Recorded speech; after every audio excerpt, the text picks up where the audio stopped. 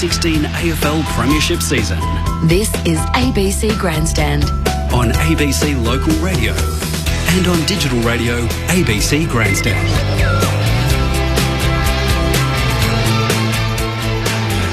It's a record-setting night at the Docklands as Brent Harvey bashes through the game's record. Game 427. He's out on the ground, having led North Melbourne onto the park here at the Docklands. But if you look a little deeper, there is much more at stake this evening with St Kilda playing for their season.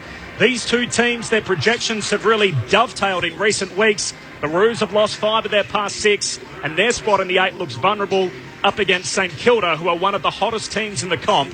They've won 5 of their past 6 in the interim, and they must be winning tonight. They're running out of time. There's 5 games left in the season. They're 2 games and percentage out.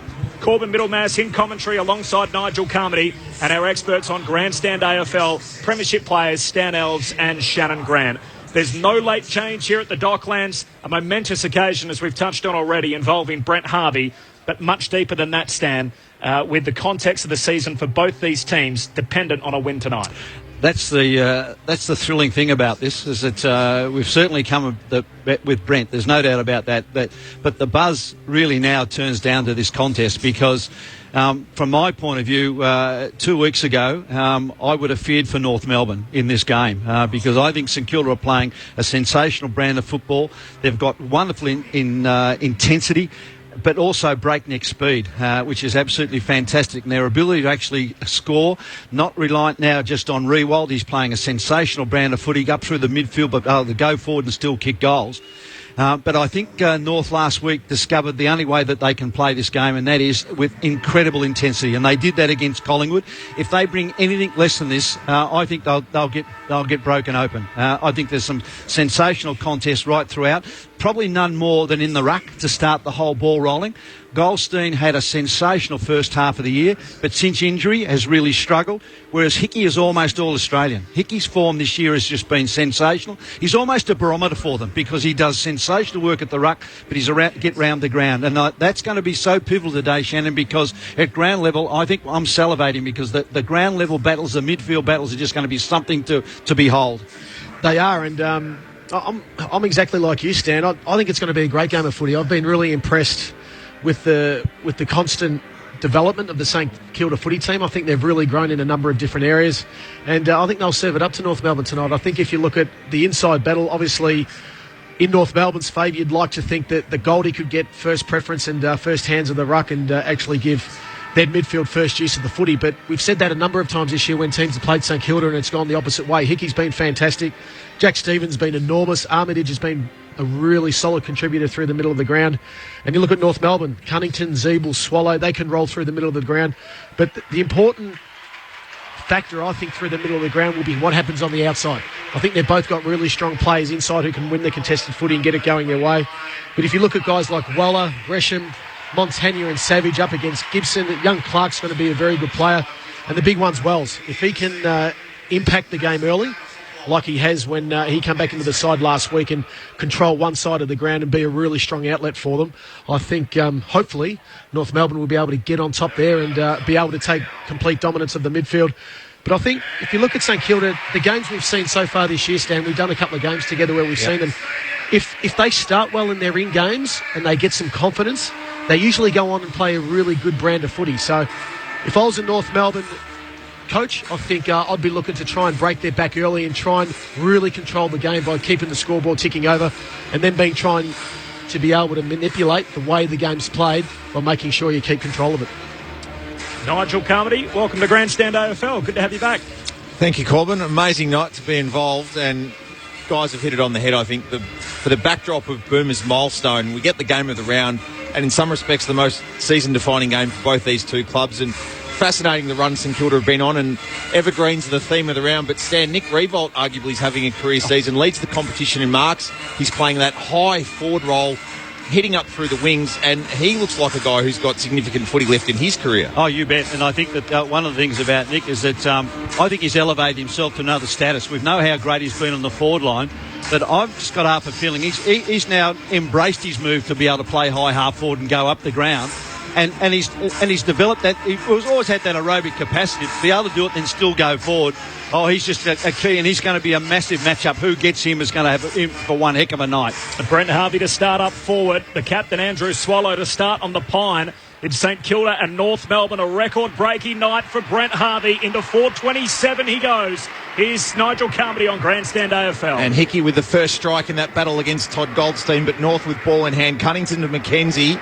And Wells will mark at centre wing on the outside of a very well-populated Docklands tonight.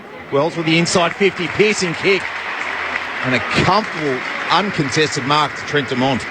Well, that's exactly the start that North Melbourne wanted. It was interesting, just a couple of matchups. Nick Rewalt floated behind the ball, but as the ball got closer to being drawn up, he went to the wing. Lindsay Thomas off the back of the square created mismatches forward of the floor. Kick from just inside the 50 off a career best 2 goals last week against the Pies. Dumont with the ideal start on Boomers night. North won straight, St Kilda yet to score. Opening minute Saturday night, Grandstand AFL from Docklands. Here's Stan Alves and Shannon Grant. Yeah, well, exactly the start that North Melbourne would have wanted. I think Goldie was terrific, got his first hands on the footy, gave the midfield the first use of the ball, organised through the middle. But one thing I've been really interested with, Lindsay Thomas has started off the back of the square, so they've started with the number behind the ball.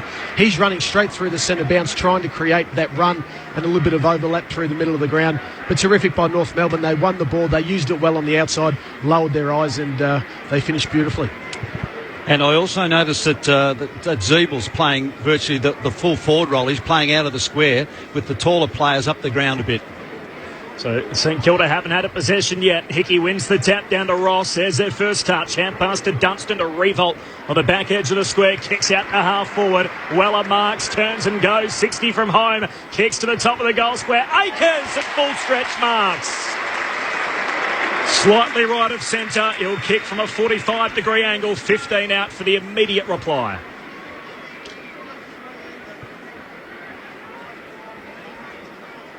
In a one-on-one contest, he was able to out-jostle his direct opponent, and a chance to strike straight back. Akers pops it through. A goal each after 2 minutes, both coming from clean takeaways out of the centre. 1 straight 6 apiece. The tone's been set early after 2 minutes on Grandstand AFL. Yeah, that's the settler, isn't it? The opposition gets a goal, and straight away at the next centre bounce, you're able to get a clean one. We saw again what you talked about, Shannon, and that was that Rewald swooping around the back there. Ball was fed out to him. He was able to kick the ball out. And critically, in a couple of one-on-ones, both won by St Kilda, and Akers won able to do it. I think that that was a fantastic one, because really the North player was in the box seat, but he kept his nerve and kicked a lovely goal. 5th goal of the season for Blake Akers, and we are on world record pace at Docklands. A goal apiece through 2 minutes. Hickey another tap. Cunnington another clearance, and North will now go inside 50. There, the counter punch. Geary to mop up though for the Saints, who bring it to the interchange wing. And Nathan Wright, who's slipped nicely into a defensive forward role over the last month, takes the mark.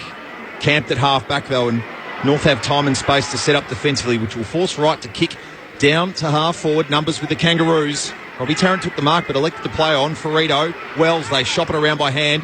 Cunnington peels the kick off into the centre of the ground. It's chopped off. Dunstan lost the handle on it. Harvey's first touch, the hand pass finds Zeeble. In the centre circle, it's McKenzie poking a kick forward to right half forward. Coming to meet it, Thomas, off his 5 goals last week. He's got Geary for company, and despite being out-favoured in the numerical contest, Geary did well and ushers it over the line and out of bounds. We'll have a throw in about 75 metres away from the North Melbourne goal. They kick to the Lockett end, and we are 1 straight 6, 3 3/4 minutes into this opening term on Grandstand AFL. Boundary throw in a little shallow. Goldstein works his way to the front, wins the tap. Numbers with North Melbourne. Dunstan does well, pushes it along the boundary line. Now a turnover though. Gibson away towards Cunnington, then to Wells, dishes it off to Goldstein, and then Harvey sends a high ball inside 50. Ball bounces on its point and runs out of play. Boundary throw in. Interesting that Montagne's gone to Boomer, back at centre, and he's following him everywhere at the moment. Boundary throw in half forward for the Roos. 40 out from their attacking goal. Revolt third man up. Double fists it. Straight up to Akers. He's tackled. Taken to ground. Still holding the footy. Umpire circles. Calls for a ball up. Earlier today, Collingwood by 19 over West Coast. The Hawks by the same margin over Carlton. And GWS big winners by 88 points over Richmond. Ben Cunnington out of the blocks with 4 possessions already for the Kangaroos. Akers, the Saints goal kicker, pushed the handball back, but Jared Waite on his return to the Kangaroo lineup after the hip injury that's really cut the heart out of the middle part of his season, doing the tackling work and sending Lee Montagna over the line. Montagna, fellow Northern Knight, running with Brent Harvey early on in the contest. St Kilda trying to remove it from their defensive 50. Geary, second option by Hanwood Dunstan on the half volley, just forced a quick kick down to the wing, but North have set up. And Ferrito, who's worked really well in tandem with Robbie Tarrant this season down back, takes the mark. Shocking kick into the centre of the ground. Petrie, who tonight joins Glenn Archer on 311 games, gathers, sends it inside 50 in the Zeeble direction. It's knocked away. Robertson with a little shimmy. Touch to Dempster. Revolt. Too slow on the ball. Tackled. Dispossessed. Thomas not rewarded. Geary now chicken winged. Should have been. Outstanding pressure from North inside forward 50. It will be duly rewarded with another shot on goal. Yeah. They've turned the heat up on the Saints in the last 2 minutes, Shannon Grant. Yeah, they sure have. And that run from behind, Riewol's very lucky. He actually didn't dispose of it correctly. But due to that intensity and the doubling up, Thomas has been able to have a shot on goal. And there just needs to be so much more to Lindsay Thomas's game than goals. 5 goals last week against Collingwood, but that tackling pressure will no doubt bring a smile to Brad Scott's face. 31-22 so far this season, 16-4 in his last 5 games, Lindsay Thomas. 20 metres out, slight angle, hits the post to the left. A big chance goes begging for the Kangaroos. 1-1-7, St Kilda 1 straight 6. 6.25 minutes played, opening term. Oh, well, that undoes all the lovely work. You do all the pressure, you do everything like that. Now he does something silly and gives away 50 metres. It's a little slow getting back on the mark. Trudged to the wrong area after the short pass from Savage to Gilbert. One mistake. You put up with one mistake, but not 2. That's inexcusable. So Gilbert, hand pass around Savage, to Savage, wrapping round the back. Kicks long inside 50 for the Saints. In from the side, Thompson, strong mark. And defensive 50 for the Roos. Hands it off to Del Santo. Spins it out further wide to Tarrant. Short pass. Finds Mullet. Up against the boundary line. The left footer kicks down to Brown and a 1-on-1. Robertson takes his eyes off the footy. Gives away a free kick. So Brown 70 metres out at half forward. Pokes the pass to Boomer. Second grab got it. Harvey takes the mark. Wants to sell some candy around the man on the mark. Unsuccessful. Wanted Wells. Robertson gets across and spoils the ball out of bounds. 45 out. Left half forward for the Roos. Some issues with this undersized defence early for the Saints. Well, that was just the wrong option. They had Jared Waite working out the back on Robin, who's got a clear size advantage of him. Should have rolled back and gone deeper in straight away.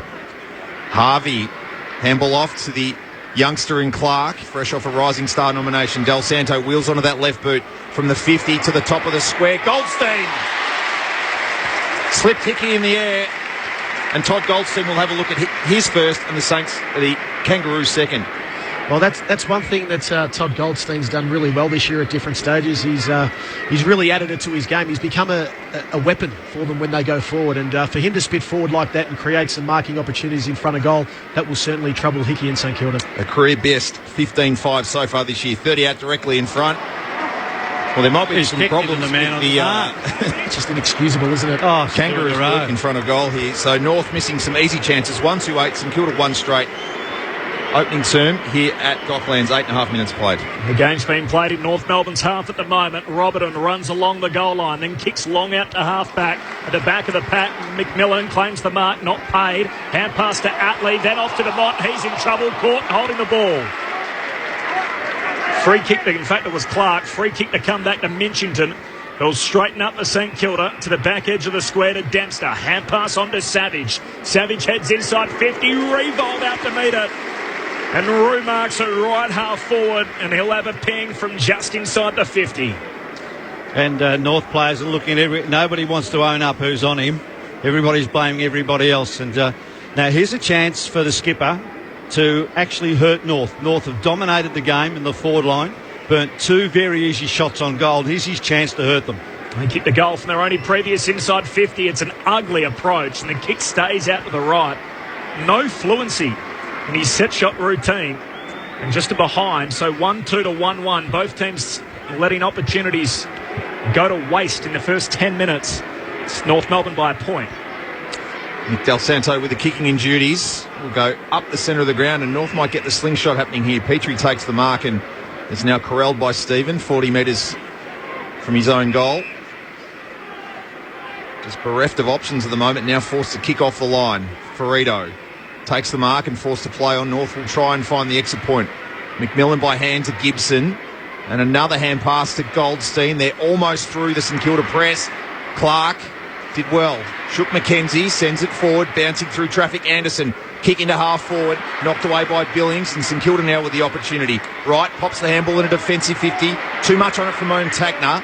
He'll share it back with Wright, who'll just pause, check his kick. Well done, found Membry at half back. Membry wants to go, turns and plays on, has a bounce, commentary wing, heads down towards centre half forward, back with the flight. And Thompson takes the mark, stands underneath it with pressure coming from Billings. Chips short to the captain. Swallow further inboard to Atley into the attacking half. Honours the lead of White, gets to him on the bounce. White arcs around onto his right leg up against the boundary line. Flying shot at goal's a good one. Welcome back, Jared White. 2-2 to 1-1. North Melbourne finally find a major opening from a tough angle after letting earlier, easier set shots miss. 11 minutes in, 2-2 to 1-1. Well, Nick Rewalt is absolutely shattered forward of the footy. He was out by 15 or 20 metres. Membry should have hit him rather than going back in board with that dangerous kick through the corridor. But as North Melbourne do so often, if you give them a look across half back and give them the ball back too easily, that's what they do. They come back through the corridor, they hurt you with their run, and really good play from their half backs to be able to join in off the back, hit Weight, rolled outside, boundary side, onto his right foot. Beautiful goal from 45 out. Shannon Grant and Stan Alves, two North Melbourne greats, in special comments tonight on Grandstand AFL. Free kick in the centre of the ground to Swallow, who started on the bench this evening, will play on, and from the centre circle, put North inside 50 again. Kick to a 2-on-1. Savage almost on the second bite, denied by Thomas. Savage now taken in the tackle, and there'll be a stoppage 45 metres out from the Kangaroo goal. Brent Harvey up to 4 possessions, an equal game high with Ben Cunnington in the opening 12 minutes of game 4-2-7. Goldstein, quick kick inside 50 from Gibson, trying to track back with Zeeble, and on the second bite Robertson able to take the mark deep in defence for the Saints. So he'll head long again, Robertson, to a 1-on-1. Revolt just gets rid of McMillan. Hit the turf. Revolt paid the mark, uncontested in the finish. Just slows down as Brown approaches. Has to kick long to a contest. Membry involved. Hits the deck, front and centre. Mitchington there to mop up, wrapped up. Gets a hand pass away to Nunes. Likewise tackled. Comes out the back door to Cunnington.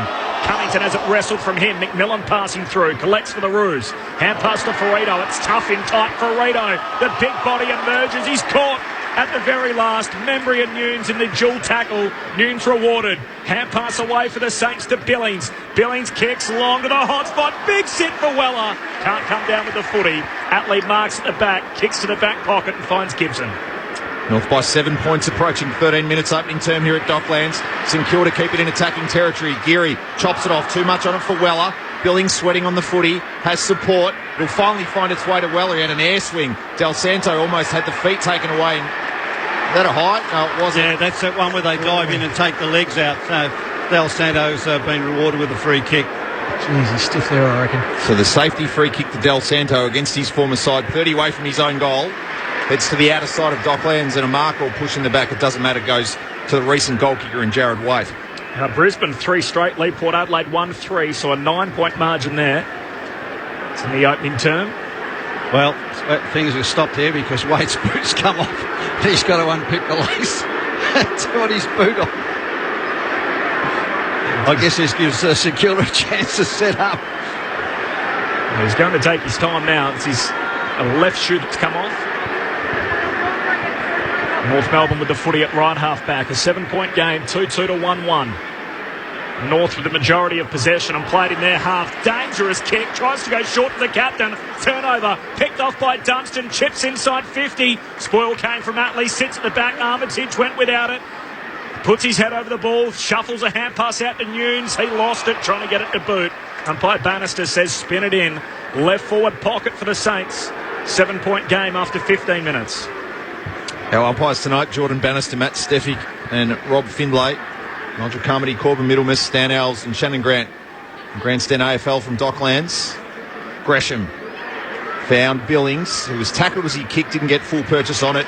Cunnington certainly did with an NFL-style punt into the centre of the ground, but Savage, the man there to take the mark uncontested and go in the Revolt direction, who is marking everything coming his way at the moment, Nick Revolt. That is fourth grab of the evening, fourth possession coming up, lowers the eyes and managed to kick it through a corridor of kangaroos to find Dylan Robertson pushing forward in an unlikely roll to kick from 45 out, 45-degree angle. Well, he's been everywhere at the moment, Nick Revolt. He started on the wing, but the longer the game's gone, he's drifted forward, and he's definitely being a massive headache for the North Melbourne Footy Club at the moment. So Dylan Robertson's been an unlikely score source for the Saints in recent weeks. Goals against the Bombers in round 16, Melbourne in round 17, just the 13 goals. Tonight his 98th match, trying to bring the Saints back within 1 point as we tick through 15 and a half minutes from on the 29, which is the 50. Starts at left, it'll stay left and get the distance but not the accuracy. St Kilda to 1-2-8, North 2-2-14 as we approach 16 minutes opening term. So Del Santo on kick-out duties. Short. Tarrant in the back pocket. Loops a hand pass over to Atley. By hand again to McMillan on the junction of the 50, the boundary line. Gibson's hand pass picked off. Gilbert gets a hand in there, fumbles around with the footy. Eventually shoots out the back to Armitage. Hand pass reaches Stephen. The Saints going back inside 50. Membry all alone. First grab, can't take it. Falls to ground. Pack develops underneath him. Happy to hold it in Mitchington. The umpire calls for it. 30 out from the Saints goal. Well, there's a bit of heart and mouth stuff going on at the moment because I don't know whether it's the occasion. The players are tensing up, but some poor disposal, poor decisions being made by both sides. Petrie wins the tap, down to Swallow, hand pass to Mullet, bit of room for North in the defensive 50. Del Santo kicks out to half-back, and the mark taken by Anderson at left half-back for the Roos. The former Hawks got runners, and he'll find one on the outside. Del Santo just undergrounds the kick in the Harvey direction. He gathers on the interchange gates, will feign the hand pass once and twice, pulls the trigger on the third. Del Santo kept his spot. Now we'll kick on the left, down the line to half forward. Tough kick to mark. Unable to do so was Demont. Tried to throw Stephen out of the way. Took some body contact, did well. Try and keep that ball in play. And the umpire will cross himself and will have a throw up 3 metres inside the boundary. Left half forward. North Melbourne into attack to the locket end, about 80 metres away from their goal. 2-2-14. St Kilda 1-2-8. 17 played opening term. No late change for either side, so the teams as picked on Thursday from the restart. Cunnington, hand pass releases Boomer, kicks across the park to Gibson, draws the defender, hand pass to McMillan, on the run from outside the arc, right to the goal line. It's off target. Missing to the right and behind. So 2-3 to 1-2. North Melbourne by 7 points after 18 minutes. Earlier today, Collingwood by 19 over West Coast, and a live score from the Gabba approaching time on in the opening term. Brisbane by 2 points, 3 straight to 2-4. North Melbourne plus 22 in possession so far as the Saints bring it out to the interchange side of the ground. Swallows hand pass chopped off. North will keep it in their attacking zone. Frito retreats to Tarrant, who'll pierce one inside 50 for Petrie. He marks at 48. I talked about some poor decisions that are going on, but that was great. Out to Tanner at the back and just really kept his cool and beautiful pass into Petrie. Drew Petrie with 21 goals, 12 so far this season. 3 against Hawthorn in round 13 and 2 on 6 separate occasions, including back here in round 7 against the Saints. From right on the paint of 50, we have another miss. So after a goal apiece to the sides in the opening 2 minutes, it's been some messy work in front of goals since. 18 and a half played in the opening quarter. North 2-4, St Kilda 1-2. So the back pocket, Nunes for St Kilda. Long ball down the outer wing. Wright's all by himself. Marks on his chest. Moves it on to Ross. Back to right of the Saints. Into their attacking half. Hand pass a shocker. Missed his intended target. Brown mops up for the Roos. Short kick to Goldstein between wing and half forward. Slows it down as North start to get numbers forward. Very slow in his approach. So Goldstein descends a high ball to the hot spot. 30 out from goal. Two Saints collide. Dempster and Akers falls in front to Gresham. St Kilda still going. Slick hands away to Mackenzie of the Saints. Two bounces. Darts to the middle of the Docklands. Then drives a left foot along looking for Bruce. One out in the cage with Thompson. Bruce collects. Turns him inside out. Snaps and misses. Oh, that would have been a spectacular team goal. Just behind to show for it. 7 points, North Melbourne's lead. 2-4 to 1-3. Approaching time on in the opening term. Well, this quarter has certainly been known for missed opportunities. Mackenzie takes the ball in the Goldstein direction on the outside of Docklands. Smaller and faster in the contest was Nunes. Dempster corralled, forced an underground hand pass. Manages to keep it in, as did Armitage with a deft touch. And the Saints do well to keep this ball alive. Mackenzie once again showing agility. Off to Ross. Left boot. Inside 50. Billings. A natural forward showing natural forward tendencies. Marks in front of Ferrito. 48 metres out. And the Saints desperately need this one just to steady as we approach quarter time. Well, that was really good play by St Kilda on that occasion. The one thing that's probably let them down is their ball use when they've got to half forward. They've made some really poor decisions, and as a result, they've turned the footy over, and North have capitalised. But on that occasion, they used their numbers. They ran forward and hit up Billings just inside the forward 50. 9 behind since his last goal against the Kangaroos in round 7. 3-11 for the year. Generally a very neat kick of the footy. Jack Billings gets the range on it. It's touched right on the line. And we have a one straight kick ball game approaching 21 minutes opening term. North 2-4-16, St Kilda 1-4-10. Stan, you mentioned about the missed opportunities. How much of that are you putting down to the occasion? Well, I would hope it shouldn't be any, because this game is, if those sides want to play finals footy, they've got to be able to handle this. Mackenzie of the North Melbourne variety out to Waite, who marks at half back. Short pass to Ferrito. Tries to run around Billings. Billings adds some pressure. Gets his kick away, but it's a turnover. Straight to Hickey. See, just another poor option. I mean, man plays on before he looks up and sees whether he should be playing on. Just a bad decision. Hickey to Montagna to Seb Ross. On the outer wing at Docklands. Kicks down to half forward. Bouncing footy in front of Ferrito. Sits up for Harvey to pluck it out of the air. Hand pass back to Brad Mackenzie of the Roos. Across the ground to Clark. The Rising Star nominee from last week at centre half back. Oh, he's taking this easy. Didn't know somebody's on him. Yeah, it was a slow kick in the end from Clark. Find its way to Atley. He'll kick down the interchange wing and find Petrie, who's been the conduit so far for the Kangaroos. Just slows things down from centre wing. Now plays on. Try and move a ball in the direction of Brown. It'll come to him on the half volley. He's denied by Gilbert, who just threw Brown out of the contest. Without eyes for the footy, his intent was always to impede, and Ben Brown will gather the footy just on the 50 at left half forward. This will be a tough kick. Can he get the distance stand? Well, look, he's in such good form. His confidence is up. It's not going to be an easy one, but he is at the peak of his game, so you've got to give him a chance from that point of view. Sam Gilbert stands the mark at 48 and about 4 or 5 metres inside the boundary. Brown will now play on and buy himself some meterage. Never hit that well at all. No wonder I got sacked. Cannons into the left behind post. And both sides have had ample opportunities, but taking none of them. North Melbourne 2-4-16, St Kilda 1-4-10, approaching 23 minutes first term here at Docklands. St Kilda nervously trying to work it out. A defensive 50. Savage away to Geary. Pushes, he kicks. Coming through as well. Steals the footy at centre half forward. Tries to get a kick forward. It's cut out by the Saints. Still with it, Mackenzie. Away towards right, then to Gresham. Hand pass back to Billings. Away towards Dempster in the back pocket. Hurriedly kicks out to Revolt. And Revolt marks in familiar fashion, just hugging the ball to his chest. At left half back and can slow it down for the Saints. They always look so much more in control when he's got the footy in his hands. He goes short to Billings.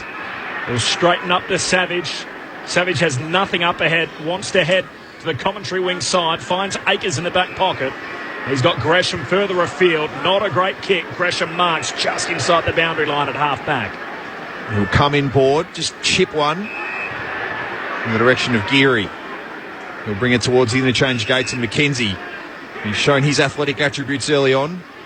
Some frustrated coaches being shown on the screens around Docklands at the moment. Mackenzie will come onto the left boot and send the ball to half forward. Hickey tries to muster a run at it. North have the defensive stocks required. St Kilda at the fall though. Armitage too slow. One of his left boot had no time whatsoever. And denied by the Gibson tackle. It'll be a North ball at half back.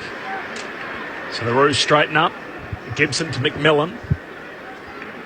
In the defensive 50. He'll go short over the head of the umpire. Back out to Tarrant at half-back. Standing right on the arc for the 50. He dishes it off back to McMillan. So 2-4 to 1-4. North by a straight kick. 25 played in the opening term. McMillan heads long down the line to a contest. Hickey in the best spot. Can't mark. Copped one across the head. No free kick. Saints with the numbers at the stoppage. Stephen, hand pass to Nunes. Nunes sends a high ball inside 50. Underneath it, Weller. Can't get hands to the footy. White mops up. Hand pass to McMillan. Goes along the ground. Sits up for Stephen. The Saints win it back at half forward. Weller goes inboard by hand. Dunstan under pressure. Holds it in underneath him. He's in trouble here. Holding the ball. And North win it back in their defensive 50. Some nervy stuff for both teams at the moment. 2-4 to 1-4. Roos by 6 points. 26 played in the opening term. And we're goalless since the 10-minute mark after both teams kicked majors in the opening 2 minutes. And the ball-kicking theme continues as Ross has handed a gift. 60 from goal, steadies in board for Membry. He's got options aplenty inside forward 50, but likes his chances. With Michael Frito standing the mark right on the 50. Tim Membry. He's been the story up forward so far this year for the Saints. A team leading 34 goals, 34-15, so certainly been an accurate conveyance up forward, and 13-4 so far in the month of July. Former Swan to try and tie this game, approaching 26 minutes. Again, much to the chagrin of the crowd, did not hit that kick right. Armitage tries to keep it alive. Probably had prior opportunity there, was denied in the tackle to have a throw in left forward pocket, St Kilda into attack to the Coventry end. Near full house at the Docklands. Only a couple of pockets of spare seats and spare blocks, but most of them in for this historic night as Goldstein wins the tap down to Zeeble, high up and under, running back with it. Billings leaps in the air and marks. Left half forward, right on the horn for quarter time. And this will take his best kick. He didn't have the carry from a little closer in, similar spot earlier in the quarter. He's 1-6 from set shots this year. Jack Billings. He'll kick from just outside the painted blue and white 50s tonight. Billings from 52 metres. The kick after the siren is on its way. Again, it's touched right on the line. No score. And that is quarter time. And a nervy opening for both the Roos and the Saints after a huge build-up during the week. And Brett Harvey running out at the start on a historic night as he breaks Michael Tuck's games record. He's in game number 427. And St Kilda trail it by 6 points at quarter time. The Roos 2-4-16. St Kilda 1-4-10. The goal kick is in that opening term for North Melbourne. 1 to Trent Dumont and 1 to Jared Waite. Meanwhile, for St Kilda, Blake Akers has their only goal of that opening term. You're listening to Grandstand AFL. The second quarter action not too far away. It's North Melbourne by 6 points. Good morning, Mr. Grant. Pleasure to finally meet you. Cleaver Green is back in another shenanigan-filled series of Rake. And wherever he goes, I've already seen your death. law and disorder follows. And it would be extremely painful. 18 grand for a bottle of plonk. Are you insane? Rake Series 4 and Series 1 4-box set. Available now on DVD and digital from ABC Centres, on mobile and online at abcshop.com.au. Grandstand AFL. You're with Grandstand. Hickey with the first strike in that battle against Todd Goldstein, but North with ball in hand. Cunnington to McKenzie. And Wells for Mark at centre wing on the outside of a very well-populated Docklands tonight. Wells with the inside 50, piercing kick. And a comfortable, uncontested mark to Trent Dumont. Kick from just inside the 50 off a career best 2 goals last week against the Pies. Dumont with the ideal start on Boomers night. Revolt on the back edge of the square, kicks out to half forward. Weller marks, turns and goes. 60 from home, kicks to the top of the goal square. Akers at full stretch marks. Akers pops it through. Thompson takes the mark, stands underneath it with pressure coming from Billings. Chips short to the captain. Swallow Further inboard to Atley into the attacking half. Honours the lead of White. Gets to him on the bounce. White arcs around onto his right leg up against the boundary line. Flying shot at goal's a good one. Welcome back, Jared White. Grandstand AFL. On ABC Local Radio and on digital radio ABC Grandstand. That's where the scoring tightened up. We had 2 goals in the first 2 minutes. White goal in the 11th. And from there, just trading behinds. North Melbourne 2-4, St Kilda 1-4. A quarter of missed opportunities. To find out more about it, North Melbourne Premiership players, Stan Elves and Shannon Grant.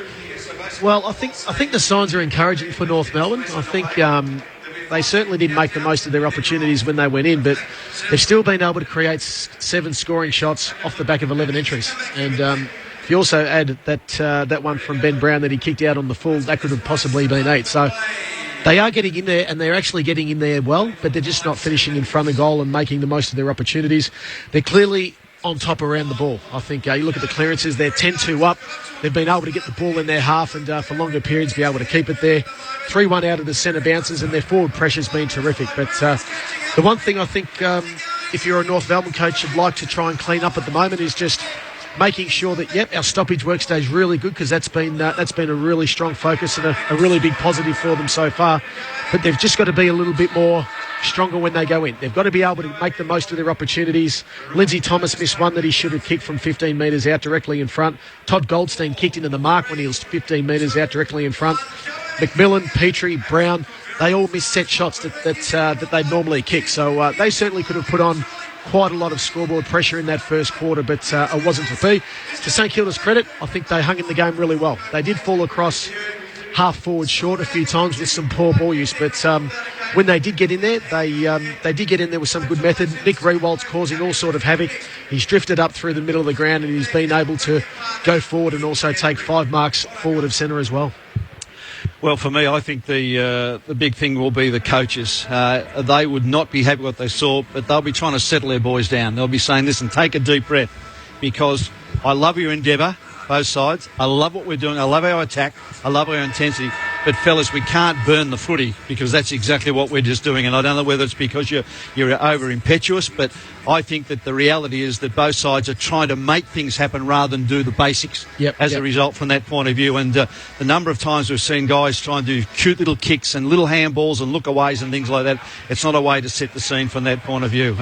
Certainly, I thought we were going to be in for a ripper quarter. The first couple of minutes they kicked goals, thought how good is this, and then the rot set in, as you just said. And North, they burnt opportunities, but then St Kilda said, hang on, we're to get in this act too. And we want to burn a few as well, and just to be able to do that. So I think if there's a positive in this situation is that there's only really a couple of points really in it.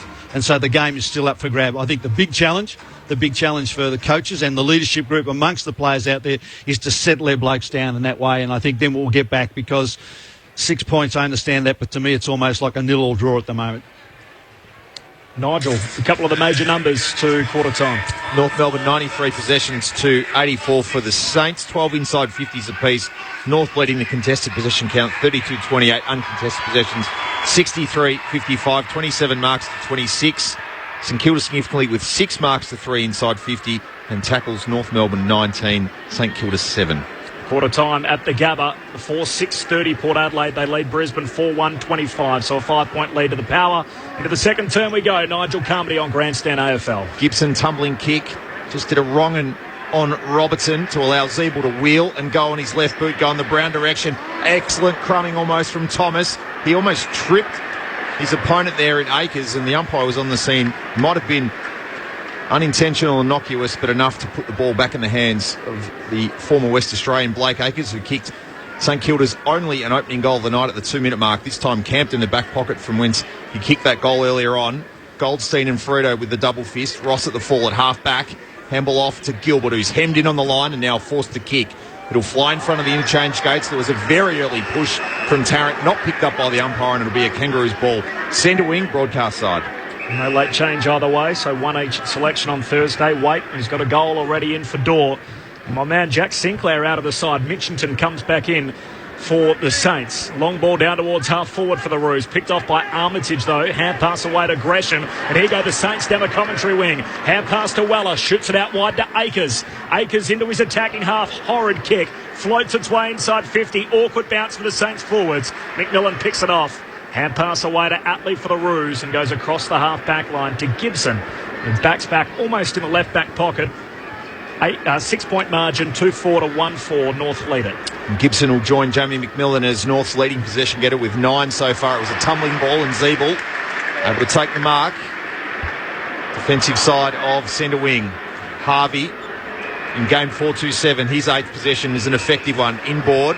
Found McMillan, but a free kick. And a high one. Drew Petrie off the ball. It's just the stupidity they say in this game. You're streaming with the footy, and a player like Petrie does undisciplined thing and turns the footy back St Kilda's way. Armitage to the free kick will release Montagna by hand, who will go further afield to Robertson. He's also camped on the boundary line at right half forward. Revolt caught behind, battling against Tarrant. Thompson, riding in rodeo style almost, was Bruce. Ferrito just with a quick kick, able to corral it and trap it was Montagna. Goes back in the direction of Robertson, but it's just a really hard ball to gather and kick for both sides at the moment. The pressure is high and the skills are low. Dumont releases Zeeble at half-back. Wheels goes and has the handball chopped off. Shit. Robertson, the Sharon literally following him. He goes back to Zeeble. They're playing ping-pong. North trying to find their way through. Gibson eventually avoids the tackle, gets boot to ball. Membury couldn't judge it in flight. Harvey waiting for the bounce. Geary through traffic, and now it's the Saints' turn through Ross. So Ross goes across the ground to Hickey. Hickey on the outer edge of the centre square. Kicks to centre half forward. Bruce at full stretch has got it. In front of Ferrito, centre half forward. He'll have a kick just slightly left of centre. Well, this is not to denigrate the amateur competition, but we're seeing amateur hour out here, Eddie. I just can't believe what senior players are doing. Handballing to a guy who's got 2 people on him rather than just kicking forward. I mean, I'd hate to be a person down the ground wanting the ball to come down to me. It's just terrible. Let's hope that Bruce can actually nail this and we might be able to get a spark. Where the key forwards want them. 50 out directly in front. This should be his bread and butter. Bruce's kick is on its way and it's missing. Tugs it out to the right, leaves it there. 2-4 to 1-5. North by 5 points. A scrappy affair. 3.5 minutes into the second term. Just lacking a bit of polish at the moment, both teams. Early stages, second term. And in case you're wondering, no, the wind is not affecting things. The roof on here at Docklands. Maybe just the pressure of the high-stakes contest as 8th and 9th go head-to-head. Harvey in game 4-2-7. Cunnington, too much on the handball. It was almost poleaxed by Robertson. Shows his qualities to go again. Strong tackle from Zeeble. North have ushered this footy to left half forward. Harvey lost the handle on it through Stevens' pressure. Montagna was desperate and did well to create the stoppage. 60 away from the Kangaroo goal at left half forward. Billings and Savage with 8 apiece so far for the Saints. Geary and Ross with 7. Meanwhile for North, Gibson 10, McMillan 9. Harvey, Cunnington, who were involved in that passage of play with 8 apiece. Cunnington a 9th, but it's an ineffective hand pass chopped off by Montagna in flight. Akers, Weller, releases Geary, who can trail his way through the back of the square, go long inside 50. Bruce denied by the Thompson fist, who should have perhaps been paid the mark. And now Bruce has him in his clinches.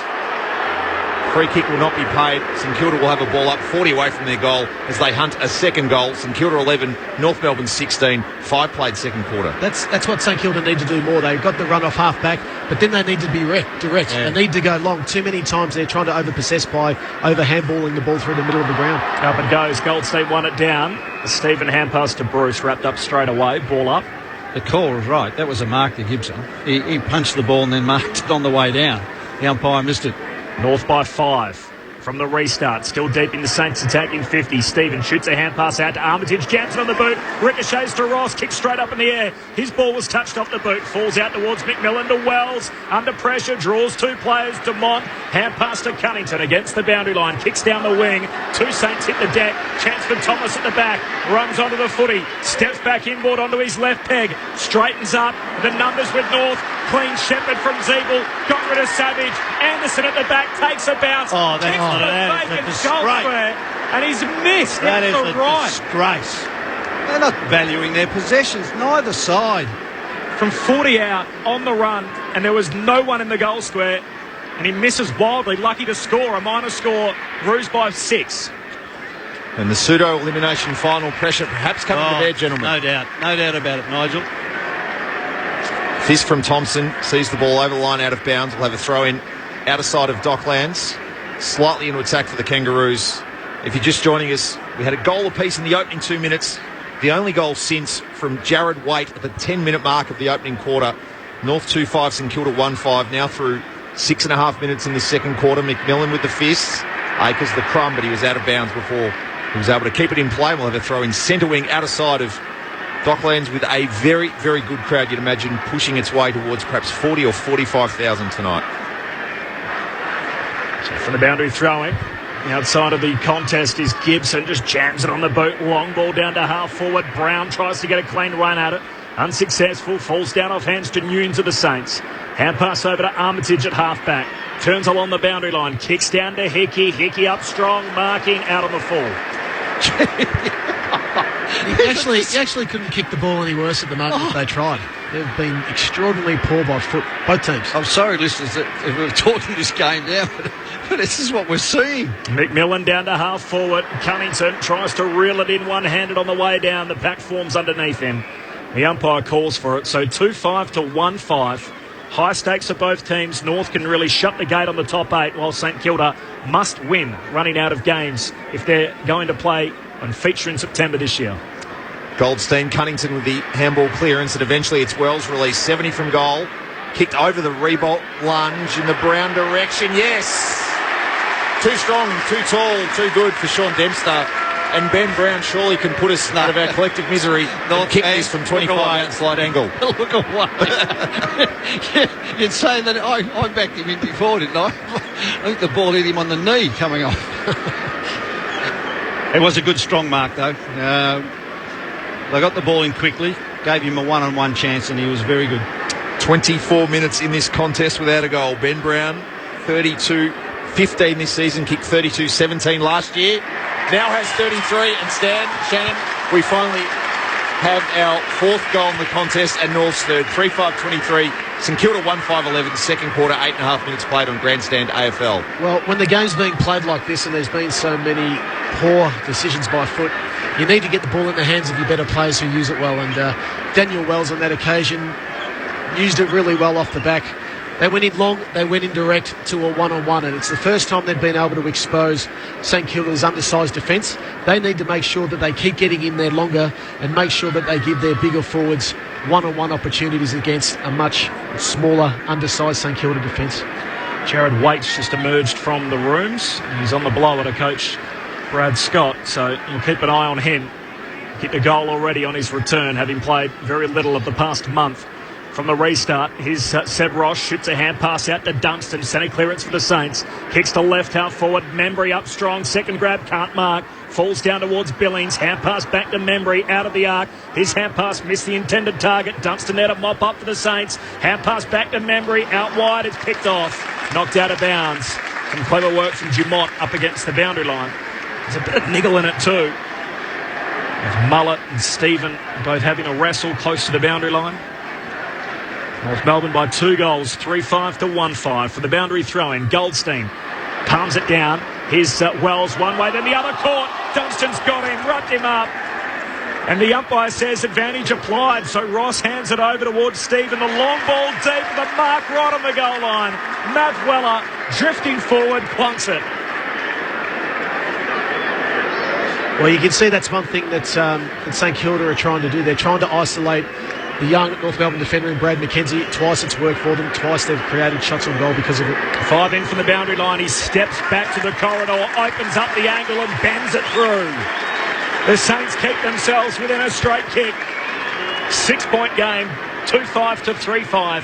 10 played in the second term. Grandstand AFL, Corbin Middlemass and Nigel Carmody, and our Grandstand AFL experts Shannon Grant and Stan Elves. Well, they'll be pleased with that, St Kilda, because they got reward for all their pressure. They put a lot of pressure on. There was an advantage there. They wrapped Wells up. He was unsure what to do. Caught him in there. I thought the advantage rule was going to disadvantage them, but it didn't. And you're right down there. I thought that Weller really was just too strong for his opponent. McKenzie, who did not hold his ground and just went back and just kicked that little one round the corner, and that's a good little answer for them. Updated crowd figure of 43,784, the highest non-finals crowd between these two sides. The ball will be camped in the centre of Docklands, and Umpire Matt Stefik will throw the ball up with Josh Bruce now doing the relief ruck. Hickey doing a good job so far against Goldstein. Goldstein the better of that one. Wells by hand. Gibson by foot. It managed to bounce over the head of Mackenzie. And now Clark sweeps onto the footy. 45 from goal. Lowers the eyes. And it's Billings, the last man back to take the mark. Fumbled the footy. North with opportunities. Wait back into the action. Handball inboard for Thomas. Wants to find his left boot. Some time, some space. Now gets onto that left. And his vision was supreme to put it across into the opposite pocket for Mullet, who can mark and kick for North's fourth from 30 out on a 45-degree angle. Well, that was really encouraging signs for Lindsay. I know he's been under quite a fair bit of heat in terms of the way he's been playing of late, but he does cop a lot of criticism. He does do the team things, and he could have quite easily have blazed away there from the boundary and had a shot on goal himself. He looked inboard, he centred the footy, got a better shot on goal for Mullet. Played the last 7 games straight. Aaron Mullet yet to kick a goal in his 10 AFL starts this season. Stylish left boot on show. North to 4-5-29, St Kilda 2-5-17. 12 played, and we've had a flurry of goals in the past 3 minutes. And North just starting to settle in their work, and as you said, Shannon, outstanding to see Lindsay Thomas being unselfish forward of the footy. Yeah, it was, and the thing that's probably hurting them at the moment, when Hickey's off the ground, Josh Bruce has gone into the ruck. So Goldstein's even getting more of a ruck advantage, and the North Melbourne midfielders have been able to sense that, and they've been on the fly, they've been on the move at stoppages. Nick Rewald's coming up as a forward who's trying to go third up and impact those stoppages, but North Melbourne have been awake to it. They've blocked his run, and as a result, North Melbourne have been able to get the ball forward. So 2-1 for the quarter. And North Melbourne back out to a game-high 12-point lead. Back in the middle, Goldstein palms it down. Swallow, hand pass to Demont, to Del Santo, off the back edge of the square. Sweeping hand pass out to Mullet. A long hand pass forward to Cunnington. Pokes his pass to right half forward. Wanted Wells, never really broke stride. The ball bounces once and heads out of play. Well, I think they've got to get Hickey back on the ground very quickly, because Goldstein's doing what he likes around the ball. They can't keep giving him midfield dominance. Boundary throw in. Revolt late to arrive. Wanted to go third man up. Unsuccessful. Goldstein palms it down. Harvey to Mullet to Del Santo. Out towards Mackenzie. Now to Tarrant. All by hand. Tarrant's kick along the ground. Makes its way to Del Santo. Straightens up. Missed his intended target in Clark. Clark gets a second go. Hand pass out to Swallow. Under pressure. Offloads towards Demont. Now with Goldstein off a step. Kicks right to the goal line. Harvey lurking. It's helped through. Off hands. Billings just makes sure it crosses the goal line for a minor score. It's out to 13 points. That game high lead continues to grow. 4-6 to 2-5. 14 played in the second term. Brent Harvey with 10 possessions, a quarter and a half into game 4-2-7. Robertson with the kicking in duties for the Saints. Weller able to push his man McMillan out of the way, but lost the handle on it. Gibson, just another quick kick, which has been the theme of his evening, in the direction of Brown, who slipped Gilbert, lost his footing. Gilbert regains the footy. Well done, Mackenzie. Releases Ross by hand. Billings, handball inboard, and the galloping Geary once again will lower his vision. But the contest was on. Revolt denied. Wait, received the handball 45 from goal. Did not get that right at all. And it almost ricochets off the boot. In fact, it does of Brown. It's on the full. And now the unintentional mistakes are starting to come into play, with Sam Gilbert to take the ball for the Saints. Deep in defence in the back pocket. St Kilda 2-5-17 North. 4-6-30 approaching the 15-minute mark of the second quarter on Grandstand AFL. 27 goals in his first 9 games, Jared Waite. Hasn't kicked one since. He's not trying. Goalless in his past 5. He's been injured too. And he just doesn't quite look like himself. We know he spent time down the race moments ago. He hasn't moved into any sort of great speed either. He had that kick in the first quarter. It was just nothing on his left foot. And Billings goes short. Doesn't quite get to his intended target. They mop it up. Ross back to Billings. Kick smothered. Ricochets to Cunnington. Out of the attacking 50. Heads back inside for North. Brown flies for it. Gilbert got back. Gets a hand on the footy. And it trickles out of bounds. Left forward pocket for North Melbourne. So the Saints under siege here. 13 points is the margin. That's a game high. 16 minutes played in the second term. 4-6 to 2-5. 9 inside 50s to 6 in the quarter. Clark shovels the handball. Del Santo off a step. Even he can't kick this ball properly at the moment. It goes deep and is judged well in flight by Robertson, who took the mark and eventually will be paid it. Umpire Rob Finlay was shielded from the contest, but Dylan Robertson... I've got to tell you, Nick, sometimes you've got to be prepared to take the knock, to really want to kick the ball rather than just see people coming and just drop it on your boot. Robertson in the back pocket of the Coventry end will just try and get the ball well out of harm's way. It'll sneak its way to the back and through the hands of Del Santo. And it's been a muddling contest so far, Shannon. It has. They've got to get... Hickey's just come back on the ground. He's been off for the last 6 minutes. He's been off way too long. North Melbourne, as a result of that, have been able to keep the ball in their forward half for that whole time. So the boundary throw in. Petrie spoils from the back. Akers tries to dart away with it. Run down. Free kick eventually spotted. Player taken too high. It's against Armitage going Del Santo's way. Never played in a losing side against his old mob. Nick Del Santo on the commentary wing. Short pass to Dumont, who kicked the first goal of the night in the opening minute before St Kilda had touched the footy. It's now 4-2 and a 13-point break for the Roos. Kicks inside 50. Brown flies, can't mark. Petrie at the back, standing still. Hand pass away to Waite. His hand pass almost picked off. Comes back to him. Hand pass out towards Mullet. Now to McKenzie. Feeds it forward to the captain. On the run from 30 out. Swallow misses. The goal kicking has been untidy, to say the least. Another behind for the Roos, 4-7. They haven't cashed in on their dominance around the ground. The Saints 2-5, 14-point game. North Melbourne lead at 17.5 played in his second term. 18 scoring shots and just the 6 goals to show for it so far, as Sean Dempster, All-Australian a couple of seasons ago for the Saints, takes it from his defensive goal square here. Will Wright. And they go outside defensive 50. Bruce caught behind. Well done, Tarrant, to bring it to the fall. Shaping the kick back inside 50. McMillan, Swallow with courage. And he's had concussion issues recently. And the North players go in en masse to remonstrate with Sam Gilbert, who was late on the scene. Swallow to have his second shot on goal in the space of 60 seconds. Left half forward, about 40 metres out, 45-degree angle. That's a complete example as to why he's loved around the North Melbourne Football Club. He went back with the flight of the footy, only had eyes on the ball. He knew traffic was coming from behind. Glancing blow to Swallow. North decided to play on. Harvey done no favours, and his protege in Gresham, who played with Brent Harvey and Jamie Gresham back in the Northern Knights days. The calamity continues. Eventually Billings makes good of it in the centre of the ground, pokes a handball in the direction of Robertson at half-back. He's Carell, forced to retreat, back once again to Billings. Montagna off a step, dealt with as he kicked, went for Dunstan inboard. Harvey sweating on, and the volume goes up a notch. Handball inboard on the bounce. Dumont released, lowers the eyes, wanted Thomas in a one-on-one with Dempster. Thomas will try and body him out of the way. Dempster doing a good job. Fumbles the ball towards the line, hoping to find the sanctuary of it. Thomas got him high. And the veteran Saint would take it at half-back, deep in defence. An arm wrestle. North 4-7, St Kilda 2-5, 19 gone second quarter. Can't get a clean break at the moment, the Saints. They're playing a lot of the game in North Melbourne's attacking half. The long kick from Dempster down the line. Off the hands of Cunnington. He gave away a free kick. Little nudge into the back of Wright. Nathan Wright. He played in a losing side this year in his 6th game. He goes back to right half-back. This is Dempster again. Kicks off a step to Revolt. Defensive edge of the centre square. He'll go across the ground. Not a great kick. A lot of hang time. Gets to Montagna. Schools a chest mark. Mops up his own footy. Cuts back inside. Still in the defensive half. This is Wright again. Hand pass to the run of Jack Stephen. The All-Australian in waiting. Heads inside 50. Wanted Bruce. The late spoil from Atley. It's out of bounds. Forward pocket for the Saints. 14 points is North Melbourne's lead. A rare inside 50 for St Kilda in the quarter. Just ticked into time on in the second term. 2-3 to 1-1 this term in favour of the Kangaroos. It's Wright with a high ball into the orbit. Bruce. Thompson did well to judge it.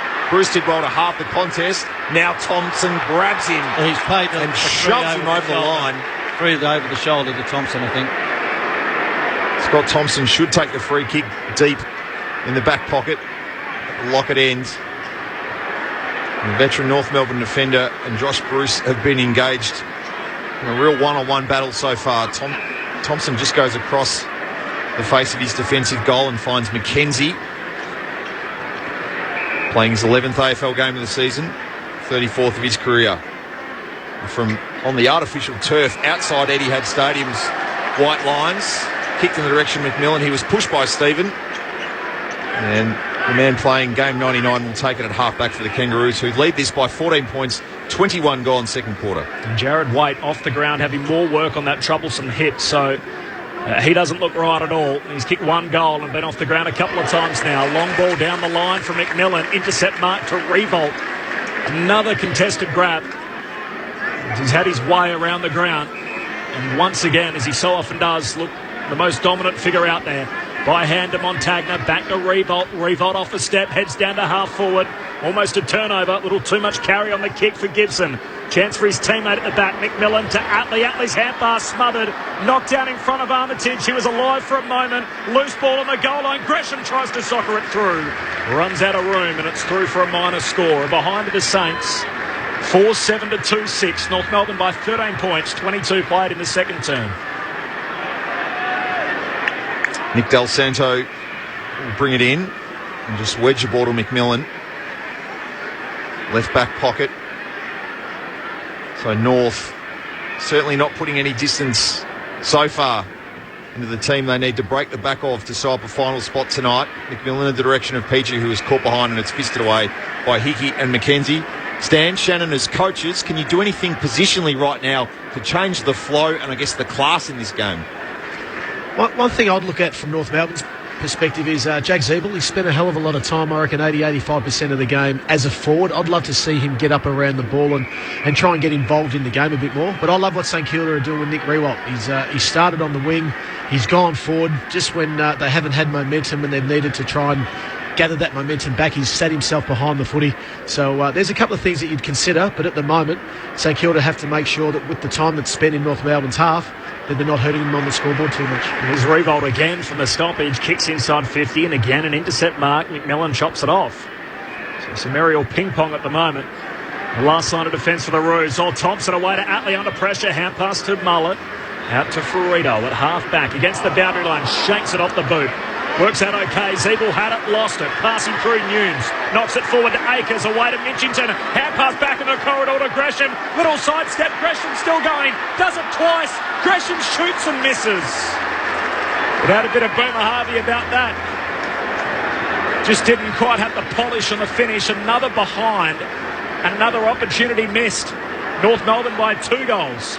4-7 to 2-7. 23 played in the second term. Did have the Boomer Harvey polish applied to him last year, and the reason he was St Kilda's top draft pick after being mentored by Boomer Harvey, who, as we mentioned earlier on, played with Jade's father Jamie going back 20 years. Cunnington flew high on Weller, took the mark, had the audacity to play on Petrie, right on the paint of 50. Hamill had too much on it though. Ducking the head was Wells, taken high. The free kick was drawn. Jeez, it's shocking game to watch, isn't it? I mean, St Kilda burn one end and then North just burn the other end. Petrie, I don't know what he's trying to do. So Wells right on the centre square at half forward. So Jaron Geary stands the 50. Wells kicks off the line and Swallow, who is being hit in every aerial contest at the moment, takes the mark 45 out, 45-degree angle. I would have much preferred to see Daniel Wells have a shot there. I reckon he'd be a better chance where he was. I really don't think Swallow's any closer. And Swallow last time was inside 40, didn't have the confidence and handballed off. He'll go back and kick it now. 9th possession of the night coming up for Swallow. Margin 2 straight kicks. The captain to make it 3. Won't. It'll get right to the line. Actually stay in the end. Saints will try and usher it free. They share it by hand. Thomas. Well, see, that's silly, Lindsay. I mean, I know you say he does good things, but he's just undisciplined. That's not a tackle. That's stupid. Free kick paid, and it'll be Daniel McKenzie, the young Saint. Goes in the Bruce direction, who flew high. Tarrant with the fist, sweeping onto it. Zeeble with class. Handball chopped off. Armitage will try and release Mitchington. There to meet him was McMillan. He's held up. Able to wrench it free from the scrum was Zeeble. He's now set upon by Ross and will have a bounce just inside the centre square at half forward. Right half forward for the Kangaroos, who lead 31-19, 25 and a half gone second quarter. And Jared Waite is still off the ground with that hip problem from the restart. Here's Hickey, gets a hand pass away. Revolt crashing through, little fumble cost him. Picked up by Goldstein, hand pass to Wells. Gets a hand pass out as he's being tackled. Harvey thrown off it without the ball. No free kick, pack forms. Umpire circles, Swallow tackles. A ball up, half forward for the Roos. All eyes on Brent Harvey as he back, flung the arms out, wanted a free kick at half forward. The umpire wasn't too interested. He tosses it in the air. Revolt again goes third man up. Savage tries to get it clear of the stoppage for the Saints. Only as far as Swallow the Roos. Hand pass to McKenzie in the blue and white. McKenzie turns, kicks to the hot spot. In from the side. Petrie can't complete the mark. McKenzie for the Saints. Paddles it towards the boundary line. Gilbert happy to take it over in their finish. And a throw in right forward pocket for the Roos. 12-point game. 4-7 to 2-7. Hasn't been much to look at, though. 26 and a half minutes into the second term. Revolt went up in the contest. Harvey was held off the footy, but the free kick will in fact go the way of Lee Montagna against Thomas, to the veteran Saint, who's camped himself behind the footy so far in season 2016. His 10th possession and now 11th of the night is an effective one to find Seb Ross, having a breakout season so far. Shares it with McKenzie, whose intent is just to take off and run at every opportunity. He'll kick at the length of the wing. Frito back. Did well in the contest, staying on his feet though as well. I can dance free. 70 away from goal. Going in the Bruce direction, just pushed Taran out of the way. And despite the North fans who didn't have the angle on that yelling, Rob Finlay was there to pay the free kick, and it'll be the Kangaroos ball deep in defence, and they're clinging unconvincingly to a 12-point lead 27 and a half minutes into the second quarter. And that's it for the second term.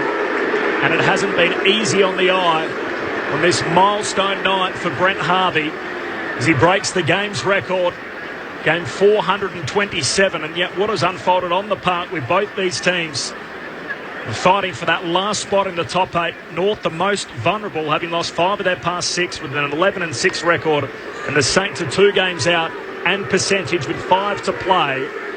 The crowd, the large crowd inside the Docklands here booing the umpires as they make their way off the park. But boy, most of the mistakes have been made by the participants from both teams. It hasn't been pretty. 4-7 to 2-7. North Melbourne by 12 points at the half. Now, a couple of things to note. Firstly, Jared Waite, his game time is down to 62%, which is the fewest of any player on the park. So he's had that hip problem, spent the majority of that second quarter on the bench. Meanwhile, the free kicks against, Stan, you've commented on Lindsay Thomas. He's had 3 kicks for the night and has given away 3 free kicks, more than any other player on the ground. Luke Dunstan also with 3 frees against, and this is coming off one of Lindsay's best nights in his career last Friday night when he kicked 5 and was a dominant figure in North Melbourne's win over Collingwood. The goal kickers to half-time, 1 each to Demont, Waite, Brown and Mullett, while for St Kilda, Akers and Weller have their goals. 2 goals to 1 in that second term, as it was in the first. Live score from Brisbane, time on in the second term, and Port Adelaide have kicked away 10-9 to 4-6. They lead the Brisbane Lions by 39 points. Earlier today, Collingwood by 19 points over West Coast, while Hawthorn beat the Blues and GWS big winners over Richmond. Half-time at the Docklands on Grandstand AFL, your experts Shannon Grant and Stan Els.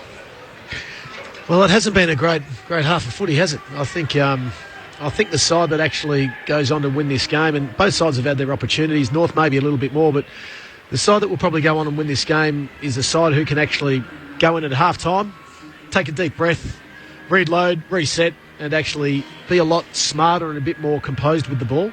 I think that's the one thing that's clearly hurting both teams at the moment. You look at the turnovers from both sides. North Melbourne have 39, St Kilda have had 34. That's usually what the stats are at the end of the game. That's how poor they've actually been by foot. And I know we've been quite critical of it, Stan, but it's been that bad. You can't help but knock it. I think whoever can go on and clean up their ball use and actually get their ball movement patterns a lot better in the second half will probably go on and win this game. The trend through the middle of the ground has been that North, they've been able to dominate the stoppages. They've been able to get the ball inside their forward half and spend lots of time there. And that's happened a lot when Hickey's been off the ground and Goldstein's been able to get ruck dominance, and the midfield have been able to get really attacking off the back and create some run and drive and carry the footy through the middle of the ground and get some deep entries because of it. But the other thing for me is, I said it earlier, I'd love to see Jack Ziebell up around the ball a bit more. I think he's one player that's been really good for them all year around the footy, but for my liking, he's just spent too much time forward of the footy. Daniel Wells has started to get in the game. He's had 9 possessions, but when the game's been played like this, you need your better players getting the ball in their hand, especially forward of centre. And if he can start to attract the ball 50 to 70 out from their goals and really use it well when they go in. He could be one of the differences going into the second half. And also Jared White, he's the interesting one. He spent a lot of time on the bench. He had a lot of work done. He spent a lot of time with the physios who are working on his hips and his groin areas. So if he doesn't see a hell of a lot of game time in this second half of the game, it could be a really big opening for St Kilda to find themselves back in the game. Well, I just agree totally with you. I think both sides, the intensity level's there. I think intensity, but I think it's sometimes what happened is that their brain has just got ahead of whatever else is going. They're just rushing too fast. And I know there's been some good tackling, but I just think that it's almost that imposed pressure where it's got to people and they're panicking and just throwing the ball just on their boot too quickly. Yeah, but it's also a point when you mark the ball and you get off the mark, you shouldn't be rushed. Yeah, like you've got control of the game. And, there's been so many players who have just, for whatever reason, taken way too much time, and then they've been rushed when there's been no options further up the field. I think from a North Melbourne perspective, they would be disappointed because of the fact they really did control that game. And you called it right. Goldstein got on top. Hickey went off way too long. That gave the impetus, and all of a sudden around the packs, Cunnington was getting the footy. Swallows started to get into it. I thought McMillan, you mentioned Wells, and even Gibson getting the football. Their problem was that they were not able to hurt down the other end of the ground, and I thought some undisciplined work in their forward half. I thought some of the St Kilda defensive work was absolutely superb. For St Kilda's perspective, they'll be disappointed, but they'll be buoyed by the fact that they played nowhere near their best footy and they're only 2 kicks out. And so this game is still sort of up for grabs in that situation. But I just think, again, you're right. You're so right about it. It's just settling them down, just what they need to do. I thought the other thing, too, that happened, I watched both sides, and we got the benefit of just watching it. I thought as that game went on, and because people made mistakes, I thought there were a number of players in both sides who didn't want the footy. What I'm saying by that is that they would actually stand next to a teammate rather than pushing out wide and opening up for somebody. It almost becomes self-preservation. I'm making mistakes, so they've got to get that out of their head and get some real good positive work. You just have that feeling, don't you? I do, in both these sides. Only need to hit the scoreboard a couple of times in a row and all of a sudden to break the shackles. We haven't been shown a good game of footy. These sides are far better than what they've shown us, and let's hope we see that in the second half. Shannon Grant and Stan Elves on Grandstand AFL Premiership players talking you through the night between North Melbourne and St Kilda. And just on Goldstein, 14-3, head-to-head with Hickey in the hit-outs in that quarter. So just to back up what Shannon was saying on the stat sheet. All the numbers from Nigel Carmody coming up in a moment, and the second half is not too far away. We'll try and put that one deep deep to the back of our minds and have another go in the second half, which isn't too far away. Before that, though, let's check the latest from the ABC Newsroom.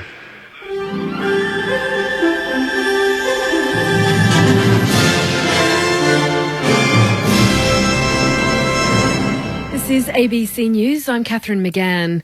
Rallies have been held across the country in response to the treatment of children in detention exposed on the ABC's Four Corners this week. Justine Carney reports. There were emotional scenes in Darwin where about 500 people attended a rally in the CBD. A number of people spoke out against any involvement of the Territory Government in the Royal Commission. Opposition leader Bill Shorten made a brief appearance but did not address the crowd. Sydney's rally saw a turnout of about 500 people, with speakers saying a royal commission would take far too long, arguing action is needed now. In Brisbane, about 200 people marched from King George Square through the CBD, while up to 1,000 people rallied outside Melbourne's Flinders Street station. Rallies were also held in Adelaide, Canberra and Perth. The Deputy Prime Minister, Barnaby Joyce, says the Turnbull government did not back Kevin Rudd's nomination for the top job, the United Nations, because it was not the appropriate decision. Mr Rudd has released a series of letters in which he claims Malcolm Turnbull supported his bid to become the Secretary-General of the United Nations as recently as last December. Mr Joyce says it was the Labor Party itself that disqualified Mr Rudd from the job. Character references by the Labor Party, predominantly, overwhelmingly by the Labor Party when they removed him, and it makes the job of trying to then pre-select him for one of the highest jobs that we have globally, it would just be thrown back in our face. Their own quotes, the only Labor Party quotes, their own, and some of them are quite malicious about the invective that the Labor Party used about their own leader, would be thrown back against us. An Australian consultant to the Nauruan government says refugee and asylum seeker children are being relentlessly bullied and subjected to racial vilification in local schools. Only 15% of the children are now attending school, compared to 90% when education was provided inside the detention centre. Jason Ross, who was contracted by the Nauruan government to devise an anti-bullying program for the schools, says the children are now too scared to attend. I would be seeing some of particularly the older boys coming and just hitting the asylum seeker and refugee children, grabbing them bags, calling them names, teasing them. And as a result, these children felt unsafe in the schools. 8 people have been taken to hospital following a multi-vehicle crash in Sydney's west today. Just before 4 o'clock this afternoon, emergency services were called to Marylands following reports of an accident involving 4 cars. 8 people were treated at the scene before being taken to various hospitals with non-life-threatening injuries. Overseas, Pope Francis has begun the 4th day of his visit to Poland with prayers at the Divine Mercy Sanctuary in Krakow. Thousands have gathered at the sanctuary of John Paul II, where the Pope is celebrating Mass. The Pope is in Poland for the 1050th anniversary of the country's adoption of Christianity. US officials are reassuring tourists that it's still safe to visit Florida, despite becoming the first state of the mainland to confirm cases of the Zika virus transmitted by local mosquitoes. The BBC's Laura Bicker reports from Washington. Health officials had warned it would only be a matter of time, but now there is evidence that Zika-carrying mosquitoes are on the US mainland. 4 people are thought to have contracted the virus in Miami. No mosquitoes have been found to carry Zika, but other methods of transmission, such as being bitten in another country or having sex with an infected person, have been ruled out. The state of Florida has announced more aggressive mosquito control efforts, and politicians are keen to assure tourists it's safe to visit. In cricket, Sri Lanka has beaten Australia by 106 runs on day 5 of the first test in Kandy. Australia was dismissed for 161 in its second innings. Steve Smith's top scored with 55. Rangana Herath took 5 for 54. It's only the second time Sri Lanka has ever beaten Australia in a test. And the West Tigers have defeated the Parramatta Eels 23 points to 8 in the NRL in Sydney tonight. Earlier, the Warriors have defeated the Penrith Panthers 20 points to 16 in a thrilling Golden Point match in New Zealand. Tomorrow's weather now: Brisbane sunny and 25, Sydney partly cloudy 19 degrees, Canberra also partly cloudy 14 the top, Melbourne becoming sunny 17 degrees, Hobart a shower or two is expected, a top temperature of 14, Adelaide late showers 17 degrees, Perth showers clearing also 17, and Darwin will be mostly sunny and 33. ABC News. Hi, it's Karen Ty from ABC Grandstand. Join me and the rest of the ABC Grandstand team for the 2016 Rio Olympic Games. And away in the final event in the pool, the 4x100 medley relay for the men. For the latest news and stories in the lead up to Rio, visit abc.net.au/Olympics. Rio 2016.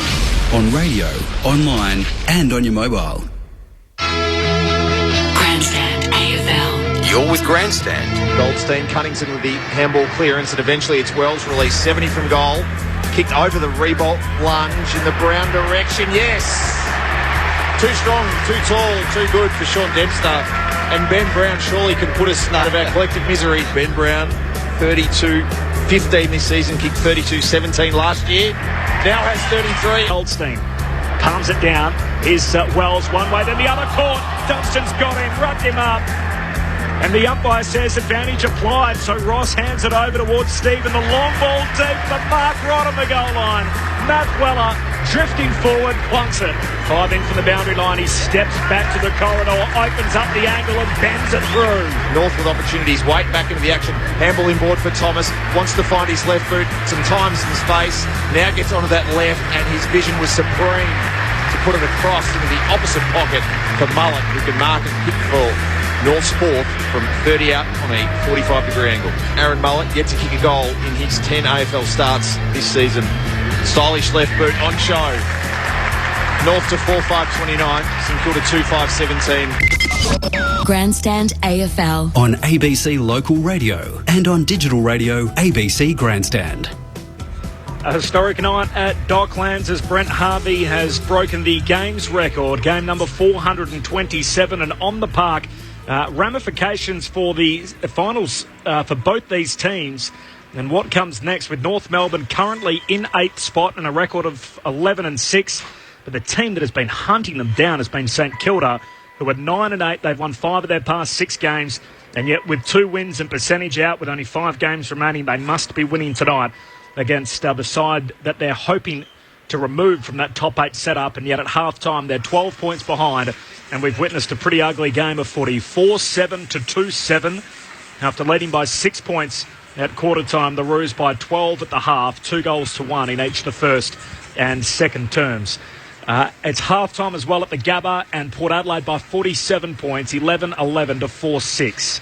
They lead the Brisbane Lions. More scores in just a moment, but Nigel Carmody is alongside myself, Corbin Middlemass, Stan Elves and Shannon Grant here at the Docklands. And Nigel, you've got all the numbers to half-time. Kangaroos with 100 kicks to St Kilda's 85, 93 hand passes to 91, so 193 total possessions to St Kilda's 176. Inside 50s, North 28, the Saints 23. Contested possessions 75-65 in favour of the Roos. As is uncontested ball 123 to 111. 43 marks to 40. Contested marks 9 to 8. St Kilda with the edge in marks inside 50, 8 to 6. North with the edge in tackles 30 to 21. Individually, Jamie McMillan 16, Ben Cunnington 14, Gibson 14 as well. Del Santo 13 and Brent Harvey 12 possessions to half-time in game 427 for the Saints. Jack Billings leading them with 15, Seb Ross 13, Lee Montagna 11 and Dylan Robertson, Nick Revolt and Jaron Geary 10 apiece. Nick Revolt with 6 marks to half-time. Earlier today in other scores, it was Collingwood by 19 points over West Coast at the Melbourne Cricket Ground at York Park in Launceston. It was Hawthorn by 19 points as well over Carlton, 10-14 to 7-3. And GWS big winners over Richmond, 88 points, 17-9 to 3-5 over the Tigers. Now in a couple of other codes, firstly, halftime in the NRL, the fixture between the Cowboys and the Storm. Now no Jonathan Thurston for the Cowboys, and the Storm lead it as a result, 16 to 8 at halftime. Earlier today, the West Tigers by 23 to 8 over Parramatta. And it went into Golden Point. It was a try, the difference in Golden Point. So after being 16-all at full-time, the New Zealand Warriors beat the Panthers 20 to 16. Meanwhile, Sri Lanka have won the first test at Kandy by 106 runs. The Aussies all out for 161 in their second innings. So Sri Lanka win the first test. Shannon, the week for Brent Harvey, you've witnessed it, having played with him and shared premiership with him and so many great memories. What can you tell us, I guess, about Brent that we don't already know or haven't learnt this week? Well, he's had a fair bit of attention. I think we've learned a hell of a lot about the young man. And look, he's just a terrific bloke. He's extremely well grounded. I think he's extremely well grounded. He's very humble, and I think that comes from his upbringing. The parents have done a tremendous job with him.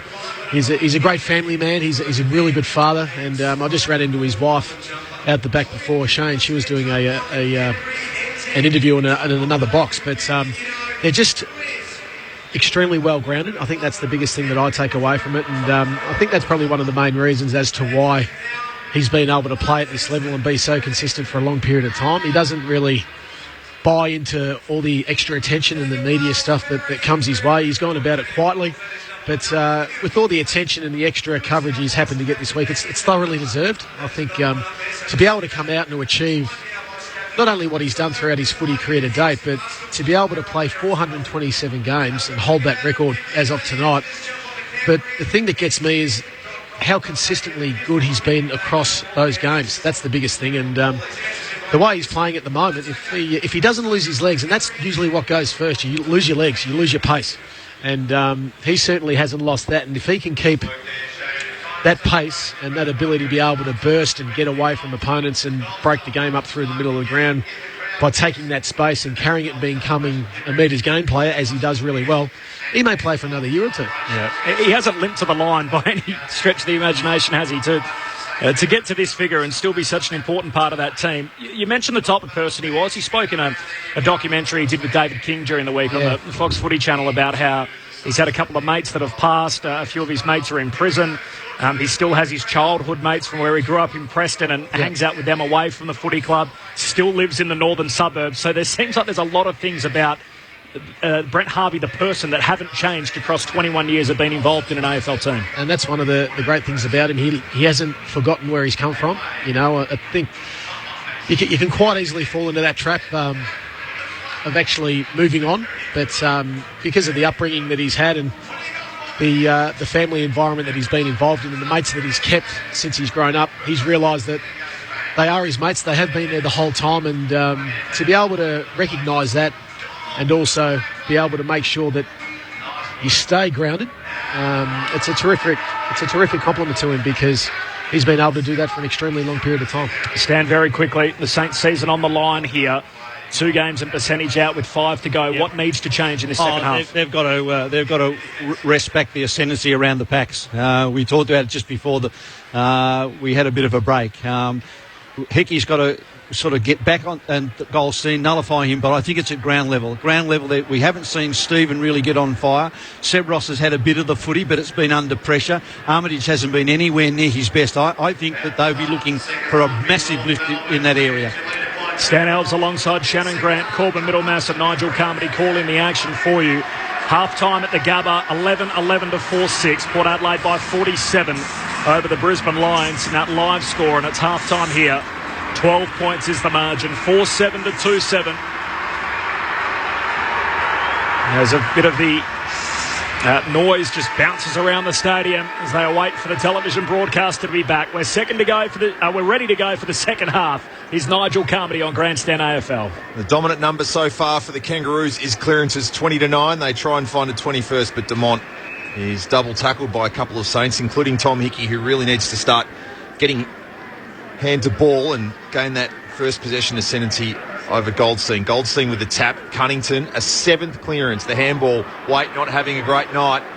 Lost the footy, stripped of it, and Montagna can squeeze a kick forward. Good courage. Eyes only for the footy of McMillan, who marks at half-back, switches play to our broadcast side, and Nick Del Santo stylishly takes the mark at half-back. To 14 possessions, Nick Del Santo with his kick. Cued Goldstein to present, and he manages to get separation on Hickey and mark in front of the interchange gate. So North 4-7, St Kilda 2-7 as we get things underway in this second half. All single goal kickers so far. Goldstein's kick hugs the line. Zeeble chopped off, and the Saints away. Gresham by hand, and he'll release Akers. So Akers away to Ross. He goes bouncing off half-back. Sends a hand pass into the middle for Nathan Wright. Had to reach for it. Hand pass further afield. Back to Akers. Slips out of the would-be tackle from Zeeble. Pokes his pass into the pocket. Backing back. Mark taken. Spectacular effort from Weller. He had to run backwards. Had the pressure of the North Melbourne defender right there with him. And was able to mark 5 metres in for the boundary line. He will shoot from 25 out.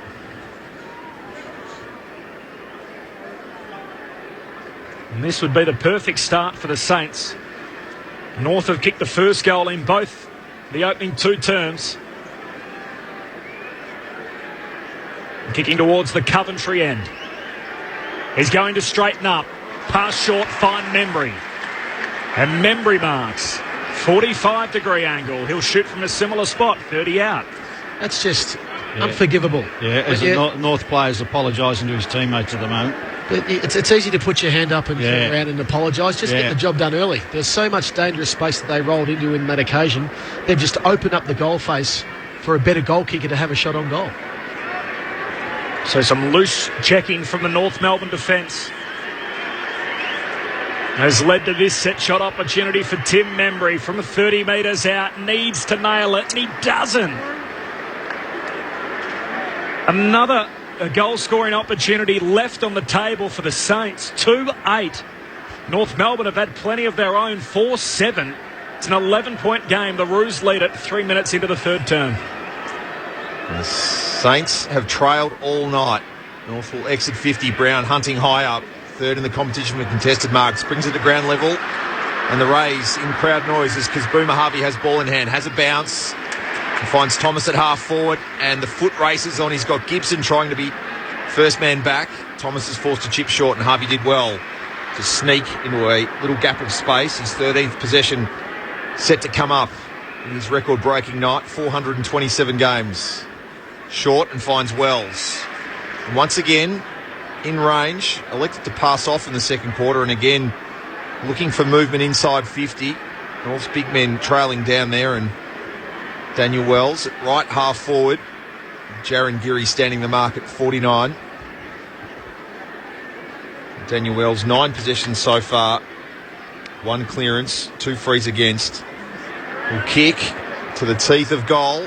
Gets to the fall. Waite had his legs taken from under him and will get the 3.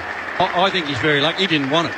He really did not want it. There's a couple of times I get the impression Jared Waite does not want to be out there. He looks hobbled in the middle. He does. He looks very sore. He doesn't want to be in that situation. He was standing there, just absolutely doing nothing, and he's been gifted a free one because Hickey really wanted the footy and went in hard to get it down and took his feet. He'll kick from virtually the top of the square. He missed rounds 13 to 16 and then round 18. And remarkably now is the leading goalkeeper on the ground with 2. He's hurt. Look, he nearly fell over after that kick. As soon as he's kicked that, he sort of awkwardly tried to land and get his equilibrium back. And his hip gave way on him. And he will hobble to the bench with 2 goals to his name and has put it out to a game-high 18-point margin. North 5-7-37, St Kilda 2-7-19. Jared Waite has not had a major say on the contest in terms of possessions, but now has 2 goals. Yeah, that's right. And Tim Membry down the other end of the ground will be just ruining the fact that he's burnt it after they had opened them up, came through the midfield. Never had to happen. It's gone down the other end, and Waite, you talked about, he has been severely hampered. And I doubt if we'll see him again unless they got some magic elixir. So again, North Melbourne get the first goal of the quarter, and it's out to a game-high 17-point lead. In the middle, Wells dragged down, lost it. Hickey bangs it forward for the Saints. Fist came at the back from Tarrant. Still alive for St Kilda. Mitchington's hand pass ends up at centre-half forward. Billings burrows his head in, wants a free kick, doesn't get it. Umpire calls for a ball up. Centre-half forward for St Kilda. And after Membry's set shot missed moments ago, North immediately make them pay with a goal at the other end from the restart. Akers out to Billings. Hand pass inside 50 to Armitage. Look away, hand pass. Doesn't quite get to right. He's wrestling there with Ferrito for the footy. Right grabs it, taken to ground. Pack forms around him. The umpire calls for the footy. So a ball up 40 metres out at left half forward for the Saints. Off to the Coventry end in his 3rd term. 6 minutes old. North Melbourne by 17. Goldstein forced to regather his tap. The Saints will deny them. Right, off to Savage. Kick in the Bruce direction, too much on it. Has a couple to beat. Well done, Thompson. Read the cues on the hand pass. Knocks it forward. Cunnington applies the clinches to Ross. Strong tackle. And we'll have a stoppage 35 away from the Saints' goal. Left forward pocket to the Coventry end. St Kilda with just the 2 goals tonight. Blake Akers 2 minutes into the opening term.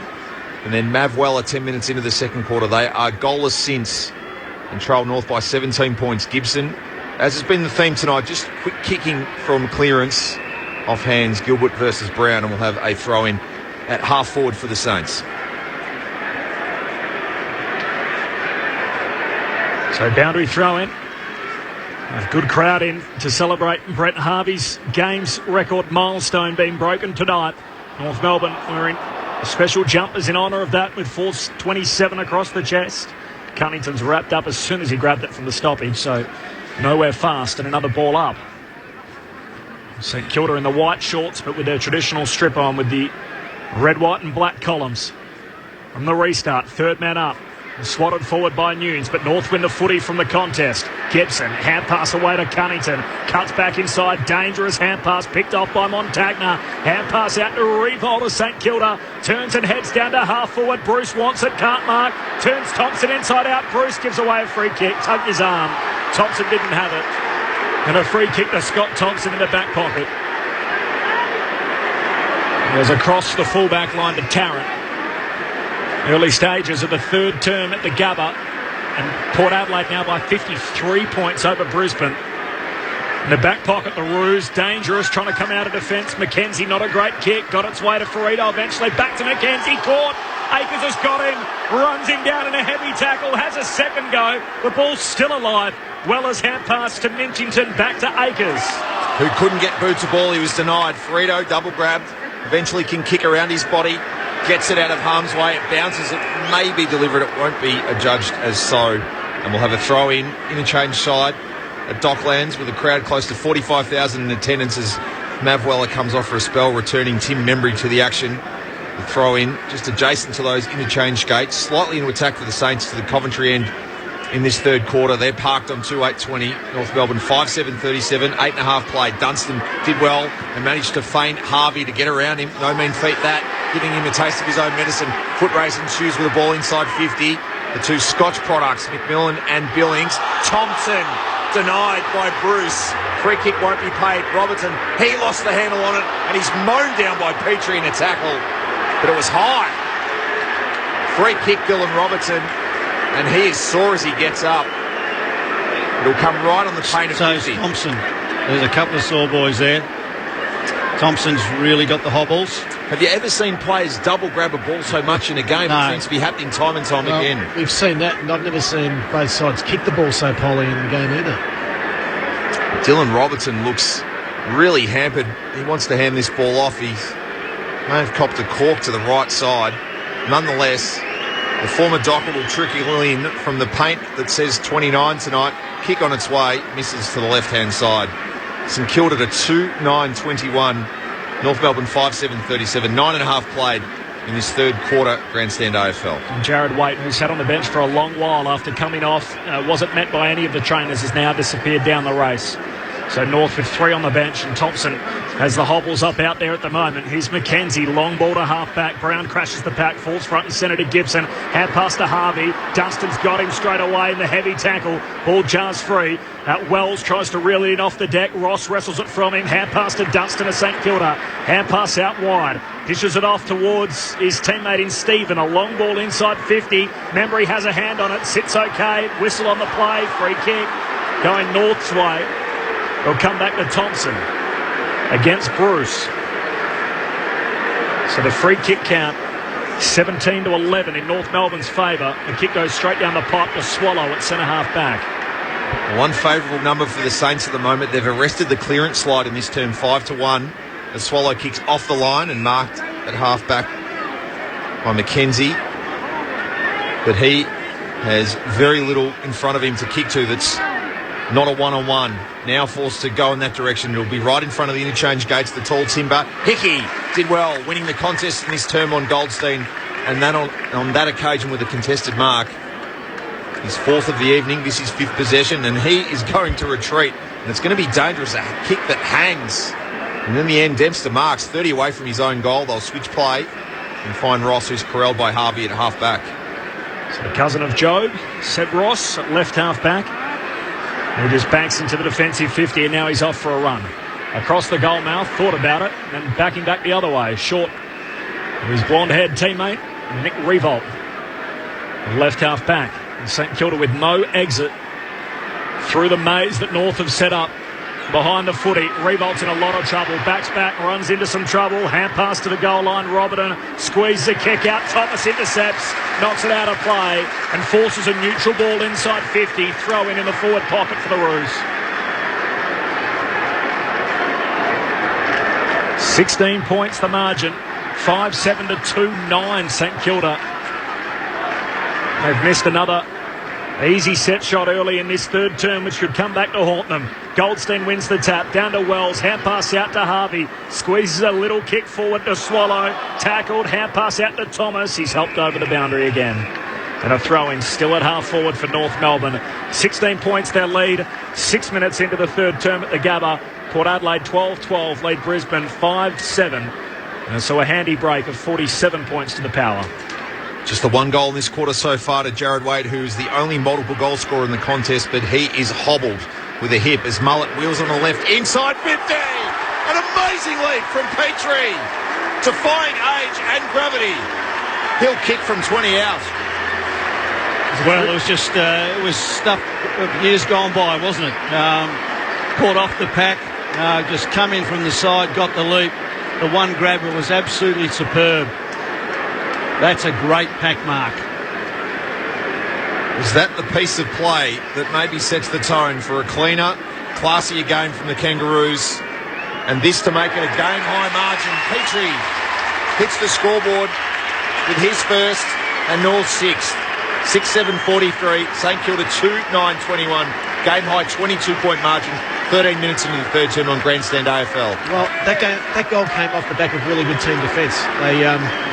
They defended the ground really well. They set up through the corridor. They forced St Kilda back, and they actually couldn't get their way out. Lindsay Thomas intercepted one of the balls, which created a stoppage.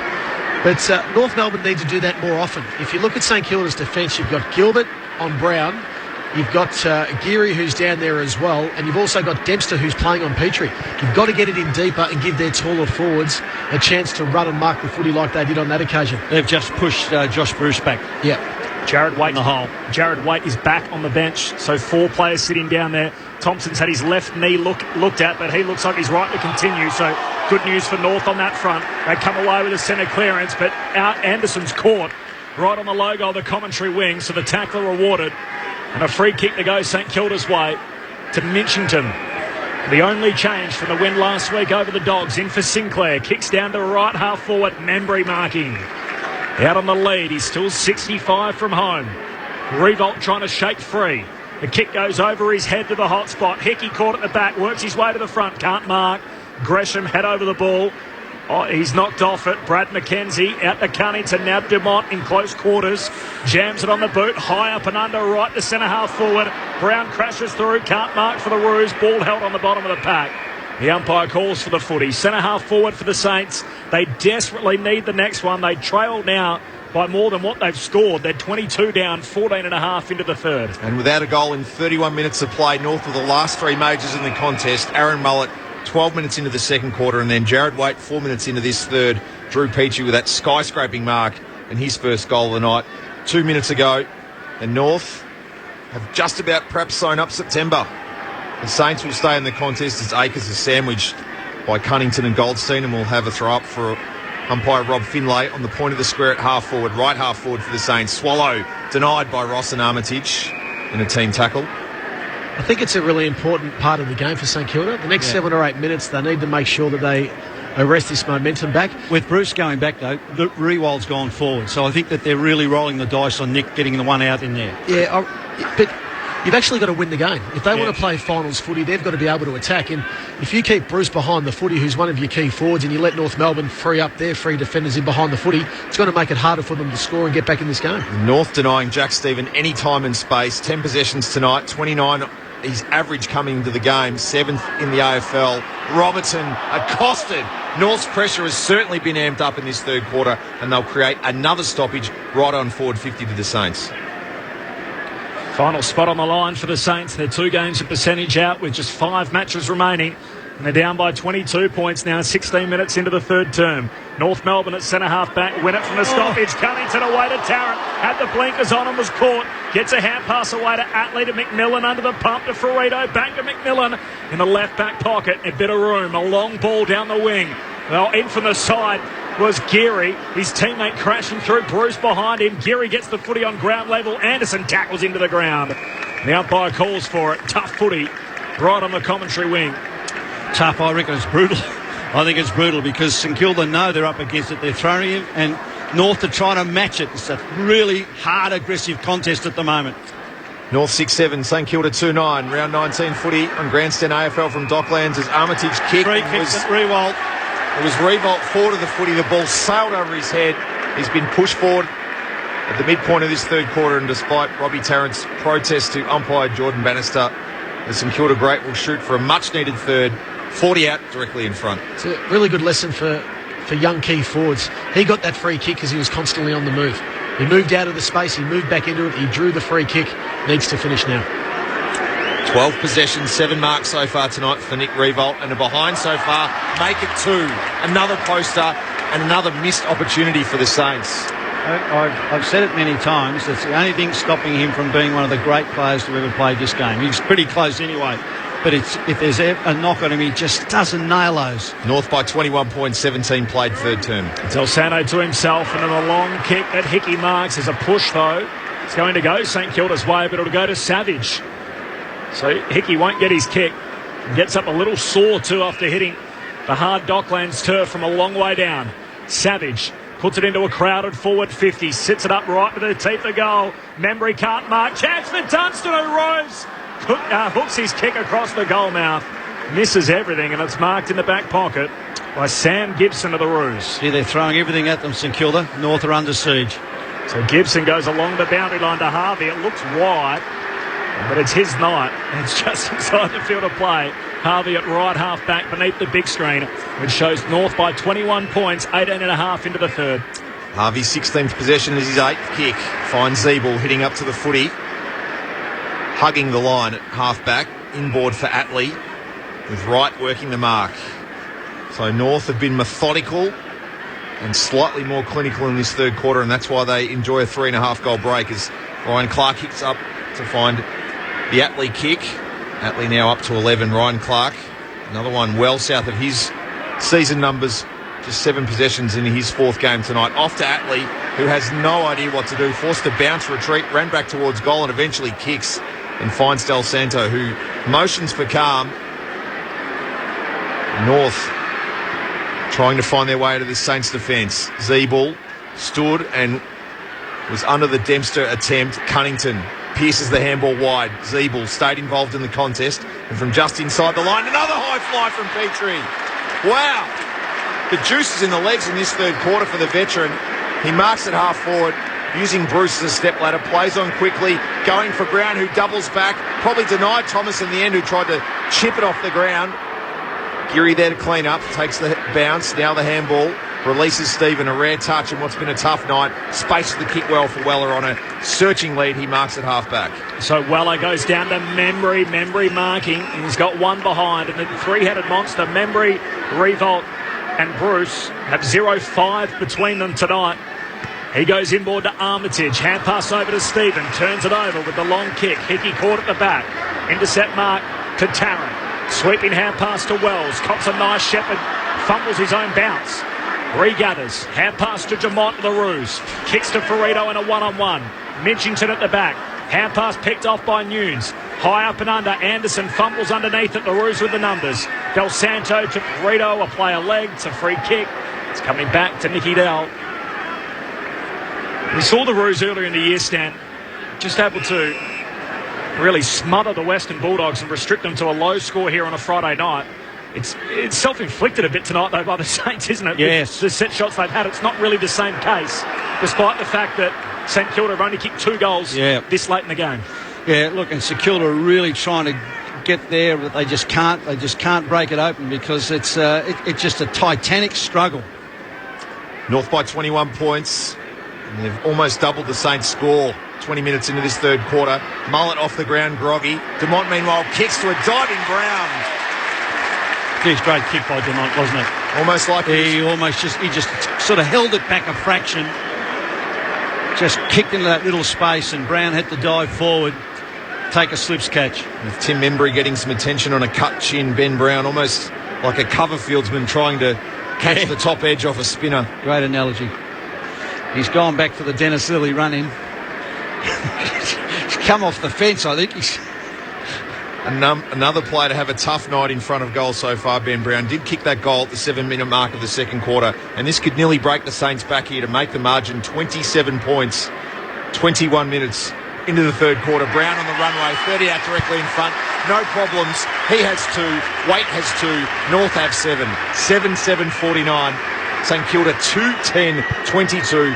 That is the story of the evening as we tick well into time on this third quarter on Grandstand AFL. 22 minutes gone, and North have all 3 goals of this third quarter, Shannon Grant. Yeah, and we spoke about the ball use, and whoever came out and used the ball better will probably go on and win this game, and North Melbourne have been able to do that. St Kilda have had their opportunities. You look at Tim Membray's miss 15, 20 metres out directly in front. Nick Rewalt missed a set shot from 20 metres out directly in front. Geary also missed a set shot.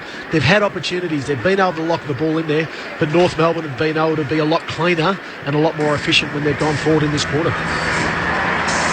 So 27 points the margin, a game high for North Melbourne. Back in the middle, here's Cunnington. Short kick, gets the clearance, turns it over to Jack Billings. He's had a stint in the VFL already this year. Kicks down the wing.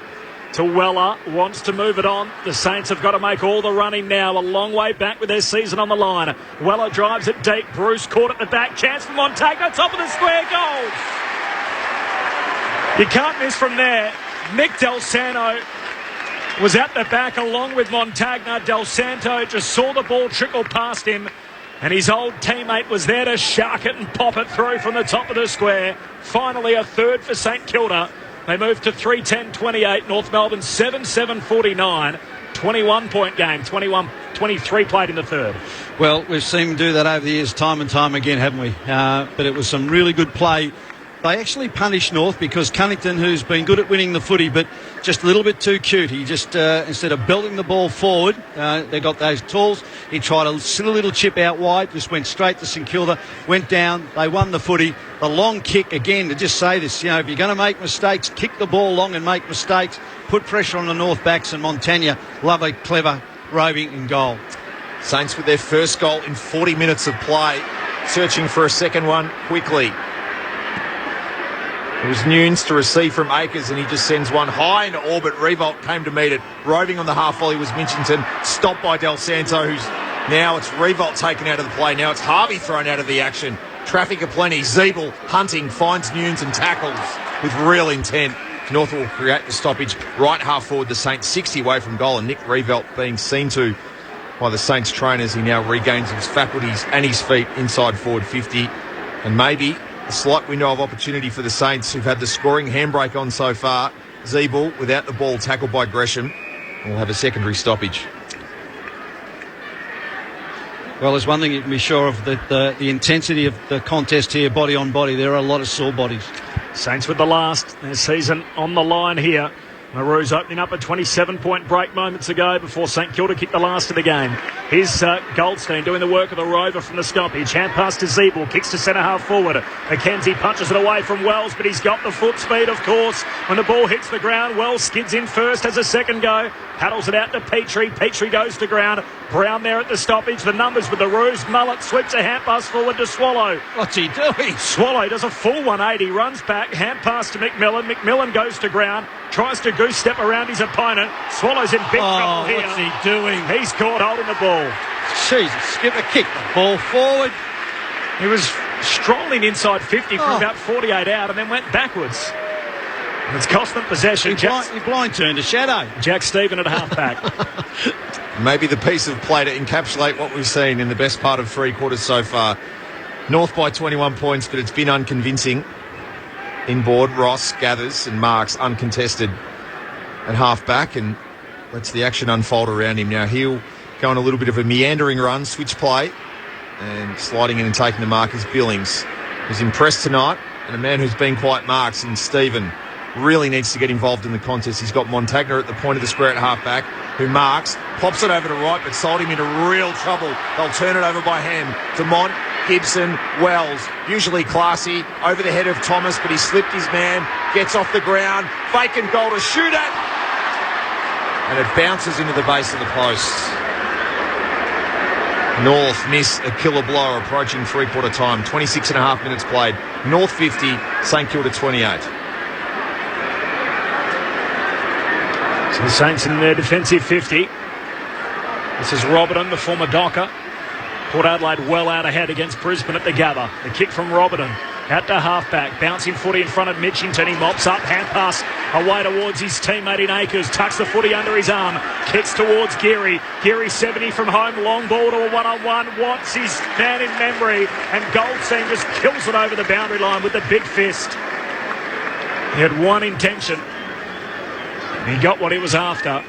The margin is 64 points at the Gabba, Port Adelaide's way, approaching three-quarter time. From the throw-in, Weller and Swallow. Swallow goes to ground, wins the day. Hand pass out towards Clark. He dishes off to his teammate Gibson. Kicks down the boundary line. Cunnington a chance on the jinking run. Hand pass away to Clark. Now with Wells. Wells clever. Kicked the fat part of the footy into open space for Mullet to run onto. Collects the footy and the horn beats him. He backed himself in to run away from the Saints defender in Nathan Wright and had eyes for the goals from about 60 out. And Aaron Mullet is denied by the three-quarter time siren. and perhaps St Kilda's season spared for the time being. As it is, at three-quarter time, it's a 22-point buffer to St Kilda, to North Melbourne rather, in a low-scoring affair, 7-8-50. St Kilda 3-10-28, 22 points, the margin at three-quarter time, and another quarter that belonged to the Roos. They led by 6 at quarter time, 12 at the half, and kicked 3 goals to 1 in that quarter to open up a 22-point buffer at the final change. The goal kickers for North Melbourne, 2 each to Jared Waite and Ben Brown, and then singles to Trent DeMott, Aaron Mullett and Drew Petrie. Meanwhile, for St Kilda, they've had 3 individual goal kickers, 1 in each term, Blake Akers, Maverick Weller and Lee Montagna.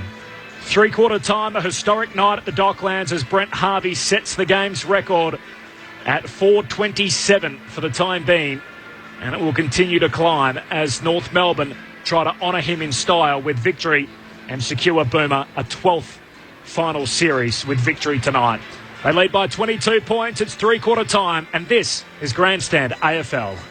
Speaking Out has given a voice to Indigenous politics, sport and culture for over 25 years. Our children should be conversant in both their own languages and English. And they can't be equipped to do that if they don't have bicultural education. It's difficult to think of any more disadvantaged Australians than Aboriginal people with disabilities. Speaking Out, Sunday nights on ABC Local Radio, or listen on demand at abc.net.au/speaking out or via the ABC Radio app.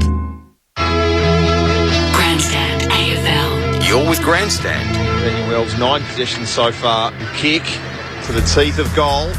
Gets to the full. Waite had his legs taken from under him and will get the free. He'll kick from virtually the top of the square. He missed rounds 13 to 16 and then round 18. And remarkably now is the leading goal kicker on the ground with 2. Look, he nearly fell over after that kick. As soon as he's kicked that, he sort of awkwardly tried to land and get his equilibrium back. And his hip gave way on him. Mullett wheels on the left, inside 50. An amazing lead from Petrie, defying age and gravity. He'll kick from 20 out. Is that the piece of play that maybe sets the tone for a cleaner, classier game from the Kangaroos? And this to make it a game-high margin. Petrie hits the scoreboard with his first. Mullett off the ground, groggy. DeMott, meanwhile, kicks to a diving Brown. Brown on the runway, 30 out directly in front. No problems. He has 2. Weller wants to move it on. The Saints have got to make all the running now. A long way back with their season on the line. Weller drives it deep. Bruce caught at the back. Chance for Montagna. Top of the square. Goal. You can't miss from there. Grandstand AFL. On ABC Local Radio and on digital radio ABC Grandstand. It's been an ugly scrap for most of the night. North Melbourne doing enough to pull further away at each break. 6 points at quarter time, 12 at the half and 22 at three-quarter time. With their impressions of the night, Stan Elves and Shannon Graham. Well, we spoke at half-time about how ordinary the game was, and we thought whoever could come out at half-time and move the ball better and take a deep breath and make sure they use the ball a lot more efficiently when they went inside their forward 50 would probably go on and win this game. For the last 30 minutes, North Melbourne did that. They were a lot more efficient by foot, and their better ball users started to have an impact. Daniel Wells had 7 possessions for the quarter, but more importantly, he used the footy, which has been one thing that's been lacking in this game. Trent DeMott, he's been really impressive tonight. I've been really impressed by the way he's used the ball, but also competed. And Nick Dalsano, as he does, he accumulates. He links up through the middle of the ground, and he always finds a teammate. And for that one part, I thought North Melbourne were just a lot more efficient. They went longer, they went more direct. They started to stretch out the St Kilda defence a little bit more than what they did in that first half. But St Kilda had their opportunities. I think you look at the missed set shots that they had in the first half of that quarter. Membray missed from 20 metres out. Nick Rewalt missed from 20 metres out. Geary missed a set shot from 45 metres out. If you want to stay involved in the game, you've got to be prepared to make sure that you take the most of your opportunities, and they didn't. They had 16 inside 50s to 6 for the quarter, but they just weren't able to capitalise and hit the scoreboard. And when they didn't, as North Melbourne do so well, off the back of limited opportunities when they went in, they were able to get the ball back. They went coast to coast a couple of times and made sure they hit the scoreboard up the other end. Well, I thought it was just one of those brutal contests where both sides know that the season's on the line, especially St Kilda. I thought they threw everything at North. It was just an incredible body against body. But to North's credit, they were able to absorb it. And at times where you thought that St Kilda's away, they were absorb it. I thought their last line of defence stood up manfully. But then against, as you just said, against the flow with better use of the ball. And I think the other thing really was the fact that the game was almost brought alight by Petrie's big mark. His big mark, and that just it provided that sort of spark. They got a bit of a lift all around the ground when Brown kicked that goal. But if there's a ray of hope, it was the Montagna goal right at the end of the quarter. Will give them a little bit of a confidence to go in. But my question is, can the intensity be sustained by both sides or one or two of them? So 21 points, 22 points, in fact, North Melbourne's lead. Final quarter coming up, the season on the line for the Saints. Here's Nigel Carmody on Grandstand AFL. Hickey the tap, Cunnington another clearance off to the classy Dumont, sends the ball inside 50. Brown beaten in the foot race. LBW though on Gilbert. Petrie again showing his youth that he's got tonight. Spins off a couple around the body. Thank you very much. And 17 seconds into the final quarter, a hammer blow from the Roos. Petrie has two. North to 8-8-56, and they've doubled the Saints score. 3-10-28. And Drew Petrie winding the clock back on Grandstand AFL, Shannon Grant. Yeah, it's great to see because he has been under pressure and he has copped some criticism with the way he's been performing this year, but he's certainly been a good contributor tonight. If St Kilda want to play finals footy, I'm really surprised why they've started with Bruce behind the ball. They really need to be able to take this game on. They need to be able to score if they want to get back in this game to keep their finals hopes alive.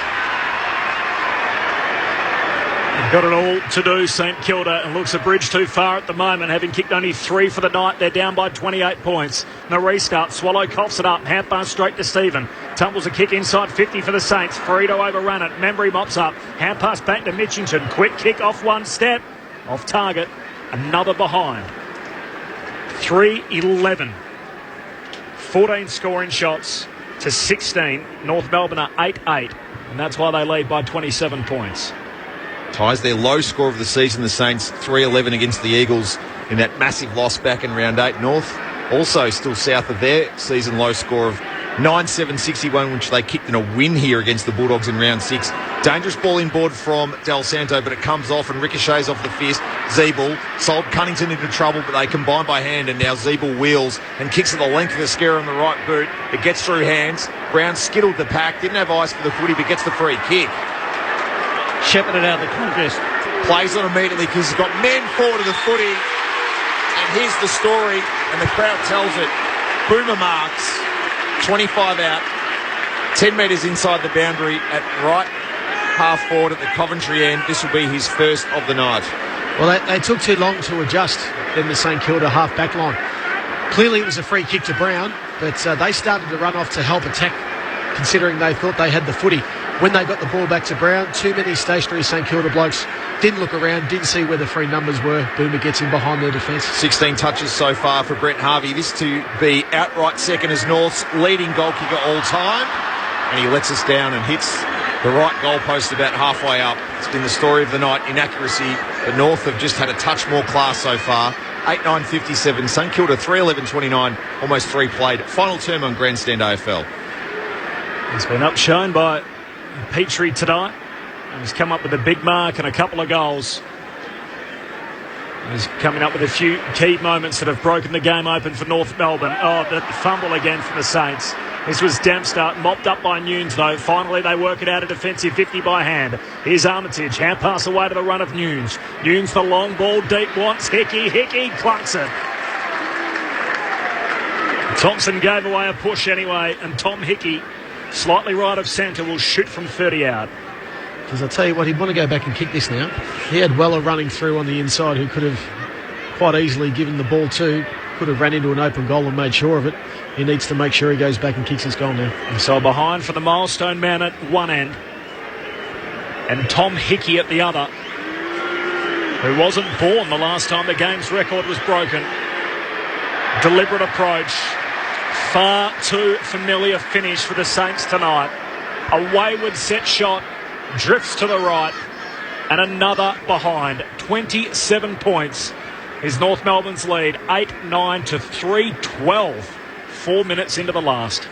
And the Saints kicking themselves out of that immaculate Saturday night Docklands record that they have as Petrie marks the kick and has Brown hunting two of the three men to kick two apiece so far tonight for North. Brown just attacking side of centre wing, outer side, cued the kick. Time enough for Montagna to chop it off from Thomas. Stephen by hand, Akers. And now Dempster to try and hug the line by foot. Too much on it for Revolt. McKenzie by hand inboard. Brown the same. Dumont really with energy in his legs. Inboard for Del Santo. And North sensing perhaps the finishing blow. The handball poor though. Gilbert couldn't gather and then took Petrie high. Umpire missed it. Saints footy. Gresham gathered, did well. Little shimmy step and then sends a high, originally a torp and then a drop punt only in the direction of one man. It was Mullet. He dropped what he should have perhaps taken. In fact, it was McKenzie. Ball finds its way to forward 50 for the Saints. Hickey's held up by a number of Kangaroos. And the stoppage will happen right in the Saints attacking zone, which has not had a lot of love tonight. 3-12-30, North 8-9-57. 5 played final quarter on Grandstand AFL. Still a bit of a tangle off the footy between Thompson and Stephen. Two men who don't take a backward step. Bruce doing the ruck work. Goldstein beats him hands down to Gibson. Hand pass away to Del Santo. Kicks to the outer wing. Sits up okay for Clark to run undo for the Roos. Hand pass inboard to Gibson. Back to Clark. Back to Gibson. Still going. Hands it inside 50 to Thomas. Runs onto the loose ball. Can hand it over the top if he wants. Snaps himself. And that'll just about do it. He tried to bugger it up. It just floated through off the instep of his boot. It wasn't pretty, but that's the result they wanted. A 33-point break, a new game high. And it looks a long way from St Kilda's reach from here, having kicked only 3 for the night. 6 minutes into the last, 9-9 to 3-12. Grandstand AFL, the Roos out by 33. Well, they're starting to open this game up now. I think off the back of some missed opportunities by St Kilda. I think they're spreading their run. They're starting to get hold of St Kilda. They had a number of options out wide that they could have used on the open side of the ground. They used them well. They ran and carried Lindsay Thomas. Terrific finish. Got him behind their defence again. Former North Melbourne Premiership player and Norm Smith medalist Shannon Grant in special comments alongside Stan Elves. Paul Minimus and Nigel Carmody on Grandstand AFL Saturday night from the Docklands as North try and shore up their final 8 spot, and Wells sends a galloping Dumont free, lowers the eyes for Brown, who hits it full-chested and will kick for his third from 35 out on the slightest of angles. And he's having this shot on goal courtesy of because they were just better in close, weren't they? The ball was up for grabs, had a number of chances, but just their intensity to win the contest just released the man on the outside and come through, and Dumont just a lovely little pass. His eyes must light up when he sees Dumont get the footy. He's a beautiful kick of the footy, isn't he? Yeah, he weights it lovely, doesn't he? He just makes it so he can run onto it. Ben Brown with the best part of a 30-metre run-up. Kicks from just beyond 40. Contact is sweet. Finishes even better. A game-high 3 for Ben Brown and a game-high 39-point lead for North Melbourne. 10-9-69. St Kilda 3-12-30, 7.5 played final quarter on Grandstand AFL. Yeah, just again, just that intensity around the ball, to be able to win it, just the hard work. Sometimes you're not even sure who's got it, but it's just the weight of numbers and the ability just to release it on the outside, given to another player. The thing I like that it was actually finally handballed to a man who was running towards goal, Dumont. Too often they just give it to a bloke who's under pressure, but he just went there and Brown's eyes lit up and went back and converted. 62 points. Port Adelaide lead Brisbane by at three-quarter time at the Gabba, and it's out to 39 here, North Melbourne's way. Goldstein down to Cunnington. High fend off to Weller. Free kick. It's going Weller's way. So Weller inside the centre circles for the Saints. Hand pass away to Armitage. Under pressure. Throws it on the boot. High ball inside 50. Revolt underneath it. Can't mark. Wrestling with Thompson. Gibson lends a hand. He's got it again. Hand pass out towards McMillan. Kicks to the outer wing. Petrie clever. Just bumps it over the boundary line. The umpire says it's okay. Throw it in. And the fist is the one thing that's just exempt from the out-of-bounds rule. It can be deliberate as long as you've got a closed fist. Is just the way that it's interpreted this year. 39 points, North's lead.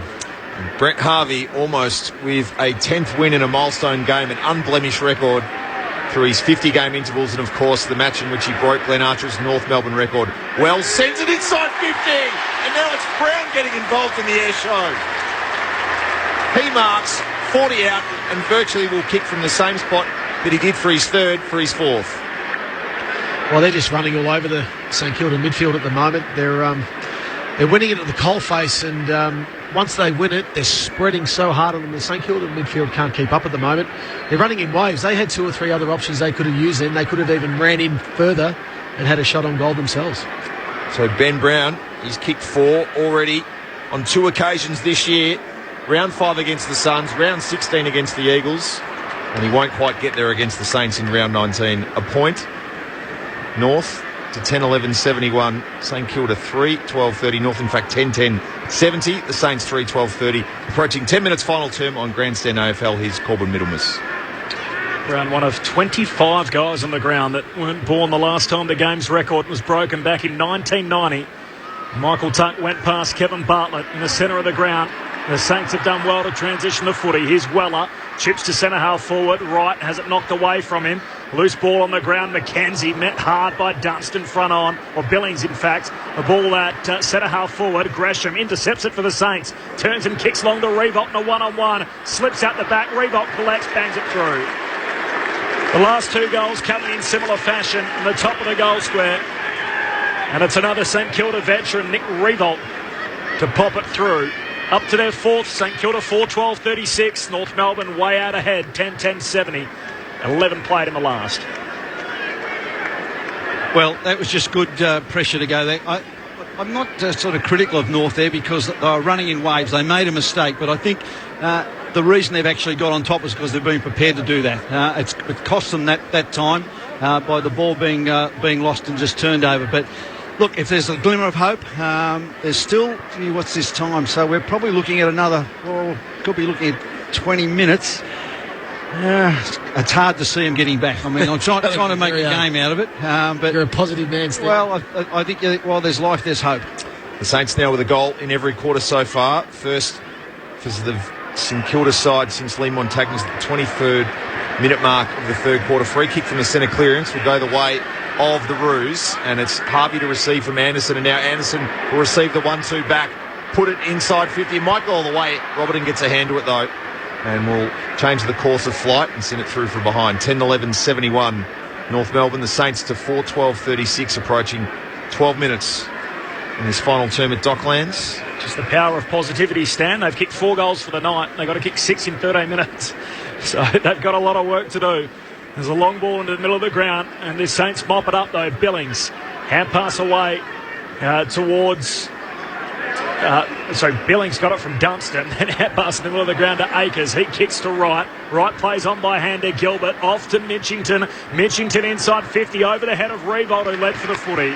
And his direct opponent, Thompson, marks alongside a couple of others in the top of the defensive goal square. He goes short to the back pocket to Tarrant. A long ball to Wells, and a nice deliberate build-up here. Chips a kick to Harvey. Harvey chips the ball over the top to Petrie. Petrie 70 from home. Sidesteps his way around Bruce. Petrie unloads with the big barrel towards the top of the square. Thomas! Lindsay Thomas from 3 deep. Floats through. Marks at the top of the goal square. And this will put it to rest. Hands it off to Boomer. And there's his goal. A moment in his milestone game for Boomer. A gift from Lindsay Thomas. Dishes off the hand pass. And in game 427, Brett Harvey's got a goal to celebrate with North Melbourne's ardent supporters. Well, tell us what happened. Well, you don't see Lindsay Thomas give off too many balls from the goal square. But it was a nice touch, wasn't it? Considering the occasion and what a tremendous night Boomer's had. He's continued to work his way through the game. He's actually had a really good battle with Montagna behind the footy. It's been a really good duel. But terrific by Lindsay Thomas. Great grab. Unselfish to give it off to Boomer. High scoring quarter of the game so far, and it's only gone 13 minutes. 4 goals to North, 1 to the Saints. The Kangaroos with a 41-point advantage And remarkably, the Saints 46 inside 50s for the evening for just the 4 goals. Yeah. North 11 from their 41 and entries. Part of that is because of the great performance of Scott Thompson tonight. I think he's been outstanding then back half. Ross with Brunt at the contest by hand, off to Billings, off a step. There he is, stands man, Scott Thompson. Harvey tried to slide in on his knees to gather. Off the ground goes Stephen. Skews off the side of his boot. Thompson there with a couple to beat. Stephen went to ground, then Thompson went to ground, right over the top of him, trying to claim the footy, being sandwiched underneath. And that's how Jordan Bannister sees it, so it'll be a free kick to Jack Stephen at half forward, hemmed in on the boundary line about 75 metres away from the Saints' goal, but it's been a quiet night for Jack Stephen in terms of what his year has been like so far. Ball poked into the pocket, Gresham trying to desperately invent something, kick to the top of the square, missed by Membry, crumbed by Dunstan, who nonchalantly puts it through on the left. And the Saints have their 5th. They need goals and they need them in a hurry. 5-12-42, North to 11-11-77, 15 played, final term on Grandstand AFL. Well, it was just it was a reward for effort. I think you can't knock St Kilda's effort and their intent. They've actually had a crack tonight, but they've just lacked composure with the ball so many times when they've gone forward with the footy. And when they have made really good decisions and they've gone inside their forward 50, they just haven't been able to capitalise and hit the scoreboard as often as they would have liked. Full credit to North Melbourne. I think they've run the game out a lot better than what St Kilda have. And with their run and their spread and probably that little bit more depth that they can put through the middle of the ground, they've been able to open up this game in this last quarter. So for the first time tonight, they kicked 2 goals in a quarter. St Kilda, and the game looks beyond them. There's a free kick in the middle. It's going Goldstein's way. Cops one in the eye from Hickey. There's a late call from the umpire as well after he saw the reaction from Goldstein. It was inadvertent too, just the left arm. And Goldstein flares it across the ground to McMillan. McMillan's kick touched off the boot by Membry. Sits okay for Tarrant. Tarrant spears a pass looking for Harvey in a 2-on-1. Montagna at the back wins it for St Kilda. Nunes by hand away towards a Saints teammate in Ross. Ross to Stephen. Hand pass away to Mitchington. Mitchington kicks down to half forward. This is Revolt, who's marking 55 out against the boundary line. The city side of the ground. The Saints off to the locket end. Revolt has to be accurate and is. Just pokes the pass over a couple of players. And in the hole is Nathan Wright, marking uncontested, 45-degree angle. I'll tell you what, Trent Dumont and also young Brad McKenzie have been really impressive tonight. They've both had roles on Jack Stephen at different stages throughout the course of the evening, and to be able to keep a player like Stephen's calibre to the night that he's had, it's a big tick for those 2 young players. Nathan Wright with the black boots and the sleeves, left arm, on his way in, hits the post. Another behind for the Saints. A frustrating night for their fans as they play for a spot in the finals, and it'll take something dramatic for them from here with just 4 games left and now 3 games adrift. 11-11 to 5-13, 17 and a half into the last. And I'd venture a guess that at least a quarter of the 24 behinds tonight have been posters. Cunnington doing some heavy lifting will create a stoppage from the kick-in just inside the boundary at right half forward for the Saints. And it's been workmanlike so far from the Kangaroos, searching for their 12th win of the season. They have another important date next Saturday night with the Bulldogs back here at Docklands. Saints push it inside 50 and Scott Thompson just able to shuffle it by hand over the boundary line and out of bounds. If you're just joining us, some injury news so far tonight. Jared Waite, who struggled with that hip in the second half of the season, sitting on the North bench since kicking his second goal early in the third quarter. Hickey to flick tap. Weller looking for some clear air, finds it, spins onto the right boot and misses to the right-hand side. St Kilda 5-14-44, North 11-11-77. 18 and a half minutes played, final quarter here at Docklands on Grandstand AFL.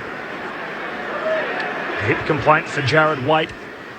The sour point to come out of the game for North Melbourne, but with their finals berth virtually guaranteed now, they've got a few weeks to try and get him right before September proper up and running. In the third straight September campaign for these Roos and Brad Scott. Long ball from Del Santo. Out towards the outer wing. Thomas Clever just tapped it forward for Cunnington's advantage. He's got everyone behind him. Chips further afield to Harvey. Harvey around the corner. Kick smothered by Montagna. Montagna paddles it through. Gets it to Dempster's advantage. Dempster collects. Hand pass to Nunes. Goes out wide to Jack Stephen. Kicks along the line. As a North player down. Just sits up okay for Ross. Ross just trying to bend the ball back inboard. Turns it over. North with the numbers. Brad McKenzie to Wells and now to Tarrant. Short kick to Peachley at centre-half back. He was at an enterprising and almost turning back the clock style night. Drew Petrie releases McMillan through the centre of the ground. Harvey by hand. He'll gather and be cheered with every late possession here. McMillan's big hand pass releases Mullen. Already got one on the night. Steadies on the left, sets sail and misses to the right. I had a chuckle with that North player down a moment ago. That's because it's just cramped for Lindsay Thomas, so he couldn't move as the play's going on around him. He's up and moving now. He's okay. He was in slightly foreign territory being that far up the ground. Yes. North 11-12-78, St Kilda 5-14-44. We're into time on in this final quarter. Membry upstairs on the back of Swallow, clunks it. Coming down with the footy, a highlight for the Saints. Turns and kicks the long ball to Bruce. A sprawling mark, and then the player running over the mark. Now he's told to play on. Very odd call. Bruce kicks deep. Petrie back, marks. Last line of defence. Another solid night for the veteran. He's one of 8 30-year-olds out there, Drew Petrie. Here's another, Nick Del Santo. A bit of homework during the week for you, Stan. They have played 9 30-year-olds this year, North, which is more than any side since Fitzroy in 1946, just after World War II. Brad McKenzie with the footy. What am I supposed to say? That is an unbelievable number. 9 30-year-olds. Crowd of 44,287 on this historic night at Docklands. They're just starting to come into your own at 30. Well, you've been around footy a long time, Stan, and I can't imagine you would have remembered the 1946 season. I was just popping into the world. What are you talking about? As long as you've been watching footy, no side has played 9 30-year-olds in one season. Well, the records would be made to break. It's like a young fellow out there wearing 29s showing us. McMillan with a shimmy step, almost wanted to hand off to Harvey. He had to delegate instead. He had to kick, and it was effective from beyond the 50. McMillan with his first of the night. North 12-12-84, 40 clear on the Saints. 5-14-44, 21 and a half minutes played, final quarter. And Shannon Grant, the 5 goals North have kicked in this final quarter. Why did they make us wait 3 quarters for this style of footy? It's been fantastic to watch. Yeah, I think part of it has been St Kilda's inability to be able to spread and work away from the contest with them. I think you look at their half-back line who have really gathered a lot of confidence off the back of winning the contest at the stoppages, and they've joined in off the back. But Wells has started to have an influence on the game. Word. Mackenzie's been good, but the other one I've been really impressed with has been Jamont. He's started to go through the middle a fair bit more. He's winning clearances and he's using the ball really well. Bounce back in the middle. Hickey hooks it behind. Straight to Del Santo, though. Gets his arms free a couple of times. Petrie just takes on the tackler. Runs straight through Akers. Akers wraps him up and rewarded, holding the ball. A nice effort from the young man, Blake Akers, 20-year-old. The Rising Star nominee earlier in the year, as has this man, Jade Gresham, running alongside him. Kicks deep inside 50. Membry in front, can't mark, falls front and centre to McKenzie. Shows good pace, through it. Incorrect disposal, Wells tackles him, just dropped it. And free kick to Wells at centre-half back. North with the footy, they're up by 40 points. Time on in the last. And the remaining time important to score and not concede for the Kangaroos. Came into the evening with a game and a percentage differential on the 7th placed Western Bulldogs, and they're taking a bite out of that with what's been a pretty solid final quarter. 5 goals to 2 so far. Scott Thompson on the end of a chain of kicks from his defensive goal square, with the recent goal kicker now McMillan released on the broadcast side. He pushes one in the direction of Gibson, who's once again found plenty of ball tonight. Kick is dangerous inboard, and leaping over the top with the mark was Gresham. Hit the ground running, goes for Membry, who was hit high by Thompson from behind. Membry good enough to hold onto the mark and will kick from beyond the paint of 50. Got back off his line pretty quickly, and now with not too many options inside forward 50 will be forced to kick. And that mark from Gresham over the top of Harvey too, as you pointed out earlier. Nigel played in the Premiership and the TAC Cup back in 95 with his old man.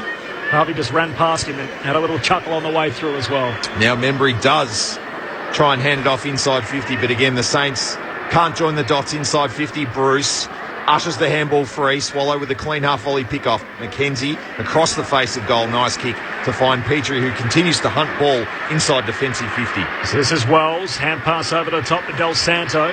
Runs off half-back and goes with a hand pass out wide to McKenzie. McKenzie pokes the pass to Gibson. Dishes off the hand pass out wide to Wells. Wells under pressure. Throws it on the boot. Bouncing footy down the wing. Oh, it bounces beautifully for Harvey. Took a right turn. He hands it off to Zeeble. Zeeble on the run from 51 out. Just missing. Behind. 12-13 to 5-14. 41-point lead. Here's Robertson. Kicks to himself along the behind line. Short pass to Montagna. What's in it now for the Saints? What can they get out of this junk time here in the last few minutes? It's Montagna. A long kick down towards Hickey. Can't mark. Had his arms chopped though on a free kick.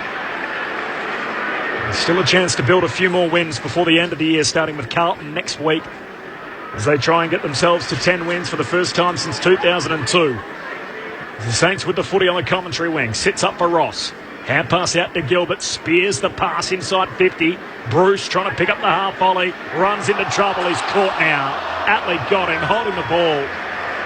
So that's just been the story of St Kilda's night. Gilbert was out. He was uncontested. He had no one within 10 metres of him. All he had to do was hit a 15, 20 metre hit up to Bruce, who would have marked 35 out. Instead, put it at his feet, made it hard for him. Should have had an easy shot on goal there, St Kilda. Dangerous ball across the half-back line for the Roos. It sits up in front of McMillan. McMillan does a U-turn. Hand pass away to Brad McKenzie. His hand pass picked off. Saints win it back. Armitage to Montagna. Very high inside 50. Thompson with the running start. Goes the fist. Sits up for Dunstan. Hand pass to Revolt. Kicks his second. Revolt into the open goal. And it adds a little bit of respectability to the scoreboard. The Saints kick their sixth. 6-14-50. North Melbourne 12-13-85. The Roos by 35 points. Well, look, they're just little sort of consolation goals at the moment because I think everybody now has known for probably 10 or so minutes this game was beyond St Kilda's control. From my point of view, I think this is a really good win for North because even though the scoreboard shows us they are under enormous pressure. This game we're really up for grabs until that third quarter. But to North's credit, once they break them open and really got control of that running game and got the ball quickly in their forward line, they just showed why they're worthy of playing finals footy. It's quite chilly out here in Melbourne today and pretty wild outside and pretty cool inside, and yet Jared Waite has sat on the bench with no tracksuit top and hasn't moved for the second half. The Saints inside 50 again. Membry can't mark. They've got the numbers at ground level. Bruce picks it up. Darts one through for another. 2 in a minute for the Saints. They've got it back under 5 goals. 7-14 to 12-13. 27 and a half played in the last. Well, the intensity and the pressure's gone out of the game, hasn't it? I think players are out on their feet. And as you mentioned, Stan, there's been a couple of late consolation goals for St Kilda, but credit to them that they've continued to work and play the game out, which is something that is hard to do sometimes when you find yourself 7 or 8 goals down with 5 minutes to play. But terrific effort by North Melbourne, as you said, Stan. I think their ability to be able to grind away for 3 quarters, but then have the courage to still go after the game and open up the St Kilda midfield has been a big reason they've got the lead that they do. Back in the middle, Goldstein down to Swallow. Gresham runs him down. Umpire calls for it. Have you seen much from the Roos tonight to suggest they're going to be a force in September? Oh, I think that that midfield, if that intensity and they win the footy, and if their forwards can get big, tall forwards can play, well, I think they could have a hand in it. So a long ball inside 50 again for St Kilda, and once more Bruce in front takes the mark. And so this is where these opportunities that they let slip earlier in the game will really come home to hurt St Kilda as they close the gap late in the game. And another set shot here to try and push the margin down to 23 points. I just don't understand it in game, Stan, when you're under pressure especially early in games, you over-possess. That's when you turn the footy over. But when the pressure's off and the game's being sewn up, they go longer, they go direct. And off the back of that, opportunities are created. They hadn't kicked multiple goals all night, St Kilda, and now they're a chance to kick 3 in a row. Bruce does just that. So they've got 3 goals in 3 minutes. They'd only kicked 3 up until the final change. 12-13 to 8-14. It's back to 23 points. 29 played in the last. Well,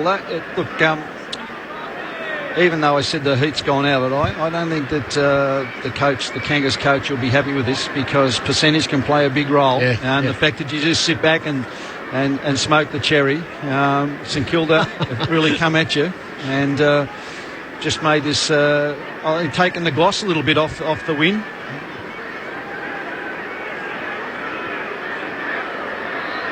A big turnout, a crowd upwards of 43,000 in attendance here at the Docklands to watch the game's record be broken by Brent Harvey. He's got a goal in the occasion as well, and another centre clearance here for St Kilda late. Stephen Sockers it out towards half forward. The Roos chop it off. Hand pass away from McMillan under pressure. Saints win it back.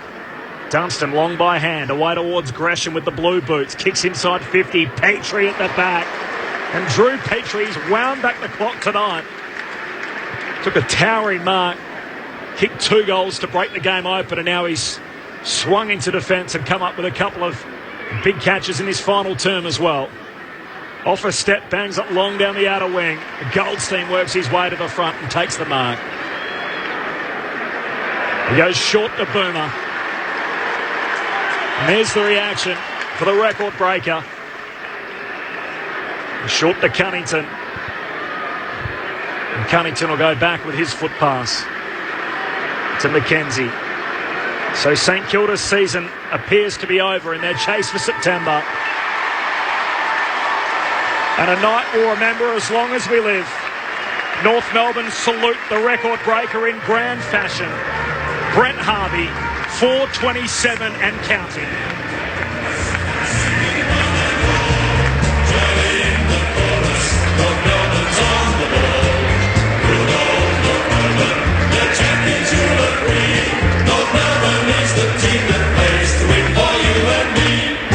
Full time, a 23-point margin. North Melbourne 12-13-85. St Kilda 8-14-62. The goal kickers 3 for Ben Brown, 2 to Petrie, 2 to Wade, 1 to Thomas, Dumont, Mallett, Harvey and McMillan, while for the Saints 2 to Revolt, 1 to Dunstan, Akers, Montagna, Bruce and Weller. Johnny in the chorus, North Melbourne's on the ball. Good old North Melbourne, they're champions, you'll agree. North Melbourne is the team that plays to win for you and me. And Brent Harvey celebrates yet another milestone with a win. North Melbourne extended the lead at every change. They led by 6 at quarter time, 12 at the half, 22 at three-quarter time, and 23 points in the finish. 12-13-85, defeating St Kilda 8-14-62. Shannon Grant and Stan Elves, your immediate impressions on Grandstand AFL? Well, it was a pretty ordinary game in the first half. I think we all knew that. It was just amazing. I don't think I've seen a game of footy where both sides have been so poor by foot with the ball, and both sides turned the ball over a hell of a lot under no pressure in that first half. And we did speak about the team that would come out after half-time and resettle and show a lot more composure with the footy, would probably go on and win the game. And North Melbourne were able to do that. Full credit to them. They obviously had a focus on that at half-time in the rooms and put some work into it in terms of the way they moved the footy, and they really moved the ball with purpose in the second half. I think their midfield really started to get on top. And not only did they get on top, they started to run and get away through the stoppages. They weren't just clearance wins, they were quality wins. And they really broke the game open in that last quarter through the middle of the ground, and their bigger forwards started to have an impact on the game. You look at Petrie's efforts forward of the footy when they went in long and direct and they got one-on-ones with him. You look at Brown, who continues to present up at the ground and give them an option on their way in. And unfortunately for Jared Waite, who didn't come back onto the ground, but it was also really pleasing to see the way they moved the footy and the way they stuck at it.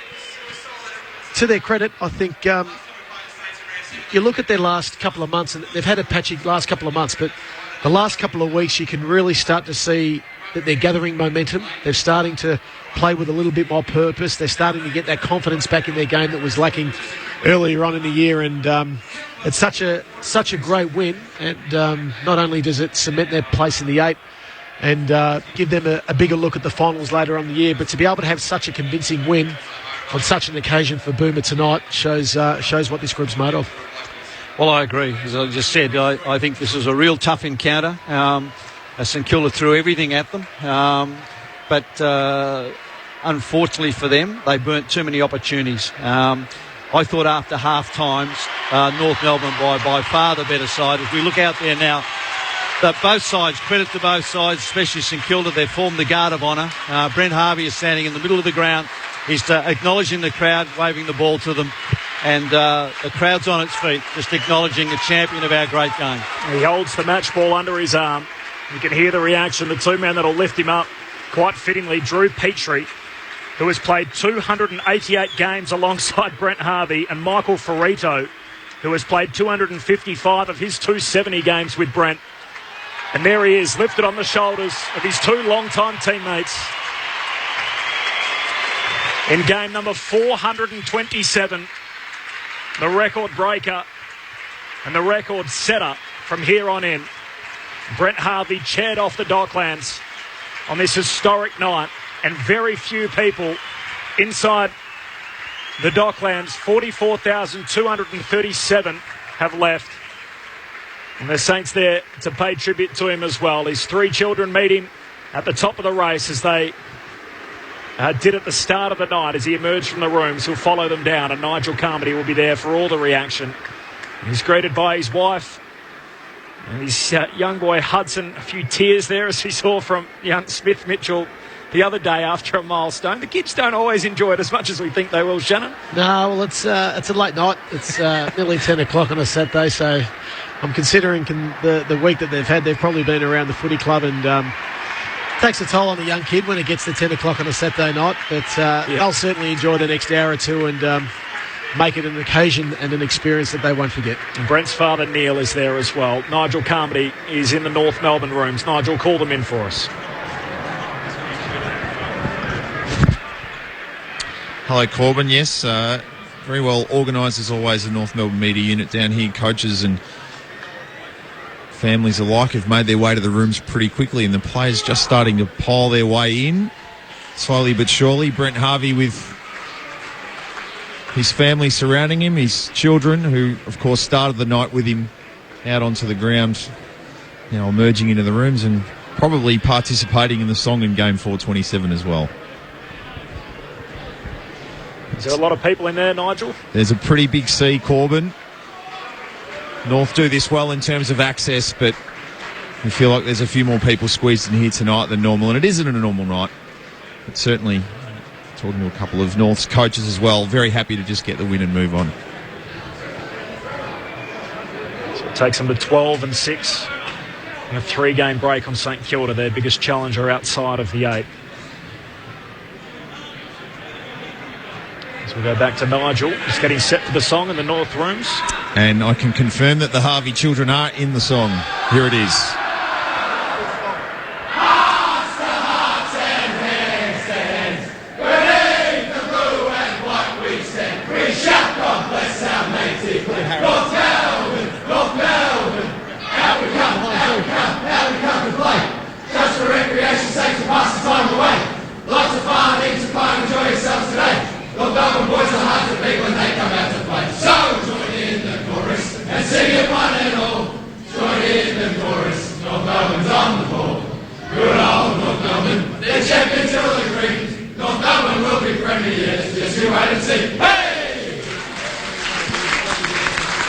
So the sounds from the North Melbourne rooms. Nigel Carmody is down there, and we'll be back shortly with a member of the North Melbourne playing unit.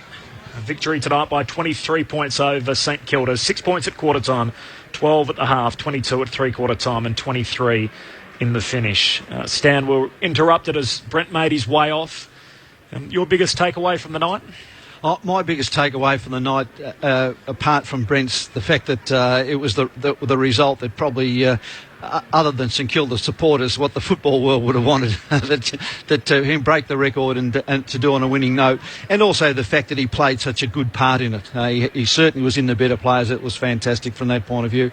As I said, it was littered with mistakes early. You've got to feel that so much was about the occasion, I think, from their point of view, but also from St Kilda's, knowing how much was at stake, that if they could get over it. But I thought that North won this, rightly, as Shannon has mentioned. They got control around the packs, that they were harder, they would absorb everything in there. But then when they opened it up, their better use of the ball was fantastic. From a St Kilda's point of view, I thought that they went their forward 50, something like 57 times to 44. They won that area, and yet they couldn't get the results. They didn't get much out of there. A lot of it was haphazard, but also it was when they had chances, they didn't nail them, and I thought that sapped their confidence a heck of a lot.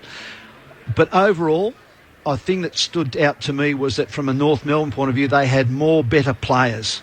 They had more people who contributed.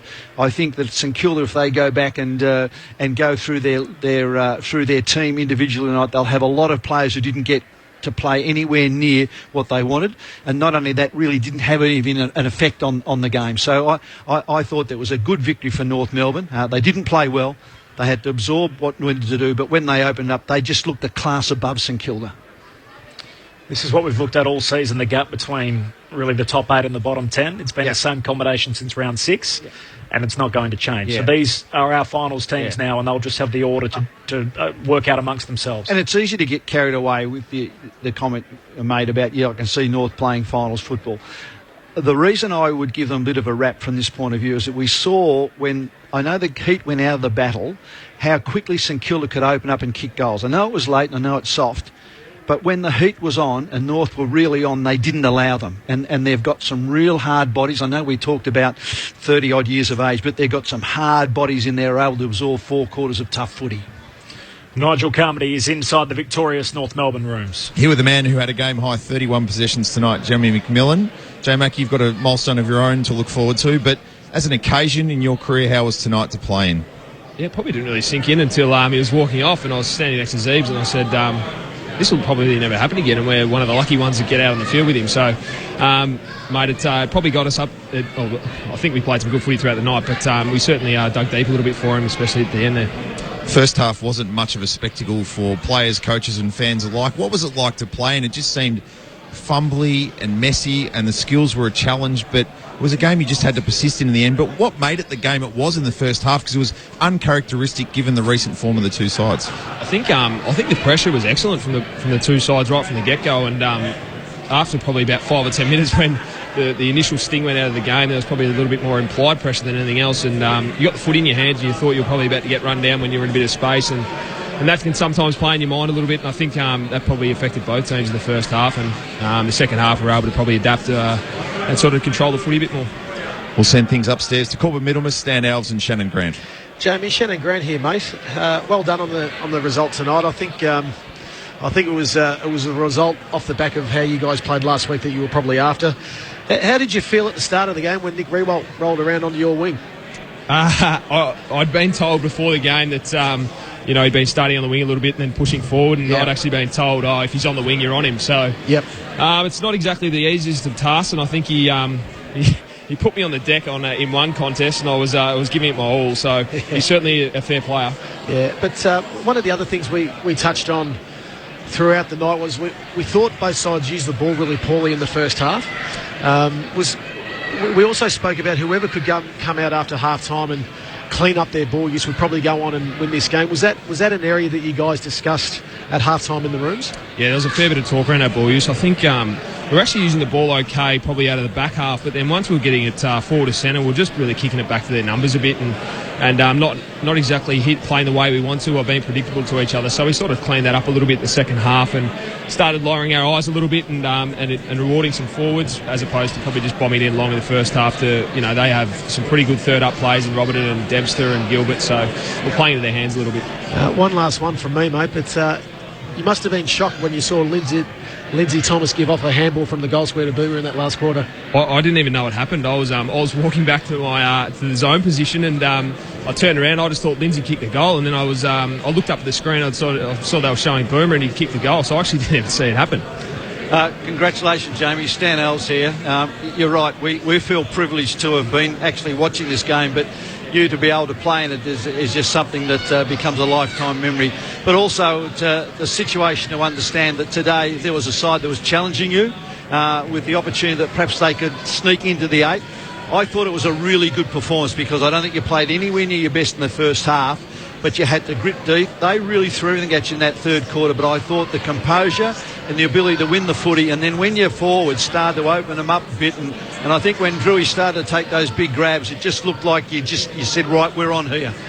Yeah, it was it was a challenging first half, and we knew the Saints were coming out. I think we beat them earlier in the year, and since then they're 7-2, so they're certainly coming in with some form, and we knew they weren't just going to roll over. And as we've touched on already, with that pressure in the first half, and we weren't using the footy well, and we put that down to them as well. They were obviously doing their job, and then in the second half, I think our forwards, Benny Brown's, his year's been unbelievable. He's certainly clunking a few up there, and then Drewy, to stand up in probably his best mate's game was terrific to see as well.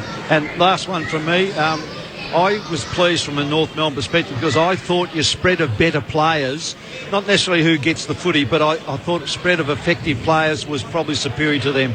Yeah, I think that's something we've been working on for probably, ever since Brad Scott got to the club. I think it's, we don't want to have to go into a game relying on Daniel Wells and Brent Harvey and Nick D'Alessandro to be getting the footy 30 times. We want to make sure that, we just get an even contribution across the board. And I think we've seen this year, I think in our first 9 victories, we didn't even have one player get over 30 touches in the first 9 rounds. So we've certainly been sharing the load, and something, it's actually working really well for us. Jamie, it's Corbin Middlemass here. The milestone during the week, how was it approached internally? What did Brad Scott, do with the group in the lead-up, focused on Brent specifically? Not a lot, to be honest. I think Boomer did most of his stuff early in the week, so Monday, Tuesday, tried to get it out of the way just to keep the week as normal as possible. And then, obviously, Brad actually showed a highlights package of Boomer, which got me up and about just before the game. And, obviously, the 7 he's been at this footy club has been terrific. So we had a quick chat, and then his brother actually gave him his jumper down in the rooms, which is great to see. And that was, to be honest, that was probably about all we did. And just little references along the way. Obviously, we wanted to get the job done for him. Can you remember growing up watching Brent Harvey play? I mean, you're only 24 now. You weren't alive the last time the game's record was broken when Michael Tuck went past Kevin Bartlett. Can you remember watching Brent growing up? I can. I don't remember a lot about him, to be honest. I remember one game in particular when I used to be an Essendon supporter, and Essendon were up by about 60 points, and the Kangaroos came back, and I for some reason I just remember that game and what Boomer did. And I always knew a lot about Boomer coming here, obviously because of the player he was, but then I think that the biggest one for me is once I got here to realise, he's such a down-to-earth guy that all he wants to do is put the club first, and he's always looking to help out other guys. How long can he keep doing it for? Oh, he'll certainly go around next year, surely. Good on you, Jamie. Well done on the win. We appreciate you having a chat to us on Grandstand. Cheers, guys. Jamie McMillan in the North Melbourne rooms. Played every game this year, Jamie. One of 8 Roos that have done so, and a nice 23-point win tonight, extending the margin at every change. So the run ahead now for North as they try and climb as high as they can inside that top 8, and obviously try and better their position, particularly with West Coast losing today. A few other teams perhaps in reach if they can finish the season strongly. Who knows, perhaps even a home final in that first week could be possible. So they've won 2 on the bounce. They play the Western Bulldogs, who look really out of puff at the moment with all the injuries they've copped. They're running on empty. Then they've got Hawthorn at the Melbourne Cricket Ground. A tough game when you've got to play the Hawks there at any stage of the year. Sydney down in Hobart, and GWS back here at the Docklands. So a tough draw. 4 teams all situated in the top 8 on the run home. Just the one sort of draw you want to go into a final. Yep. I reckon that they're the ones you want. They really harden you up, and I'd far better have that than just float in on some soft wins and then you get in the finals and it's a different ball game. And apart from really the game against Hawthorn at the G, the other games, 50-50 games, you wouldn't know who to tip. They play good footy in Hobart against the Swans. Well, they'd be happy to play the Swans down there, I'd suggest. And they got the Giants back here, although the Giants had a nice blowout today. So say at the moment they're at 12 wins. What would they be hoping for on the run home? How high can they climb? Well, I think they'll probably be really happy that they've got tonight out the way. I think when you have a week like this and it's such a big an occasion and a big milestone for an individual, there's a lot of energy used up during the week that sometimes you don't usually do. So for them to be able to organise the week, get all their commitments out of the way that they needed to with Boomer, and still come out and play the way that they did tonight, I think by getting that out the way tonight, they now have a really strong focus on what they need to do over the next period to make sure that they give themselves the best chance to continue to build on their confidence and the form that they've got back over the last fortnight. I don't think they'd be looking at wins. I think they'd still be looking at making sure they continue to work on areas of their game that have probably let them down and been a little bit inconsistent with. But if they can continue to build, which I think they are, and they can continue to win games against teams that are around them on the ladder, as long as they go into September with confidence, playing a really good brand of footy, they'll be happy to give themselves the best chance that they can. St Kilda season now virtually shuts the door on their finals chances. They're 3 games of percentage out, 9-9 record. They've got winnable games on the run home. They haven't won 10 games in the same season going back to 2012 now, so it's a long time since they've done that. But their night this evening, obviously they've left a few set shot opportunities on the table, but what will be the consensus in the St Kilda rooms? Oh, they'll be bitterly disappointed because they didn't play as good as they would like to. I think that they would be disappointed that they were, I thought, comprehensively beaten round the midfield and the takeaways, and that was an area where I thought that they really had a chance. But credit to North, I think North were able to shut them down, didn't allow that sort of effectiveness. We saw a little bit later on, as I said, when the pressure went off a fraction, just how quickly they can play this game, but they were unable to do that tonight, and they'll be disappointed. I would suggest individuals. People like Stephen, who's a good player, he probably had his most ordinary game for quite some time. He really couldn't get into it. And players will have possession. If you look down there, for example, Montagna, I'll bet Montagna's had kicks, but apart from running, kicking a goal, I can't remember him really doing much. He didn't play to the level that you would like of him. So they'll be disappointed from that point of view because there was a lot at stake and they came up short. So the remainder of the season, finals are obviously out of reach, but I imagine they wouldn't have entered the year with that as the goal. You're talking about tonight. No, I'm talking about the disappointment. I think that when we sit back, I think their challenge will be how they finish the rest of the season, because up until before tonight, I think everybody was in glowing terms of what Richardson's done with the group and how they've come on and the sort of football that they're playing. So they will be disappointed, I think, first and foremost about tonight. But then if they fell away now and they actually didn't build on what they've done through the course of this year, I think they'll believe that that's an opportunity, because this now is about, it's not just about the games that you're going to play, it's about, are we playing a brand of football that will present us to go the next step next year and be in a situation where perhaps we can make a genuine attempt for finals footy. What do you think of the Saints, Shannon? I've been impressed with them this year. I think they've definitely improved. I think Alan Richardson's been doing a great job with them, and the big one where they've probably fell away over the last few weeks is Paddy McCartan going out of the team. I think they've looked really dangerous in games when they've been able to work with Membry. They've had McCartan down there and also Bruce. It's given them a focus up front where they've been able to kick, and they've actually started to work really well together with their more games that they've played. So that's probably hurt them a little bit. And off the back of that, the great thing about them three starting to experience games together and play together in the forward line and set it up, it's been able to free up Nick Rewalt. So he's been able to play higher up the ground. He's been given free rein to work through the middle of the ground and control one side of the ground on a wing.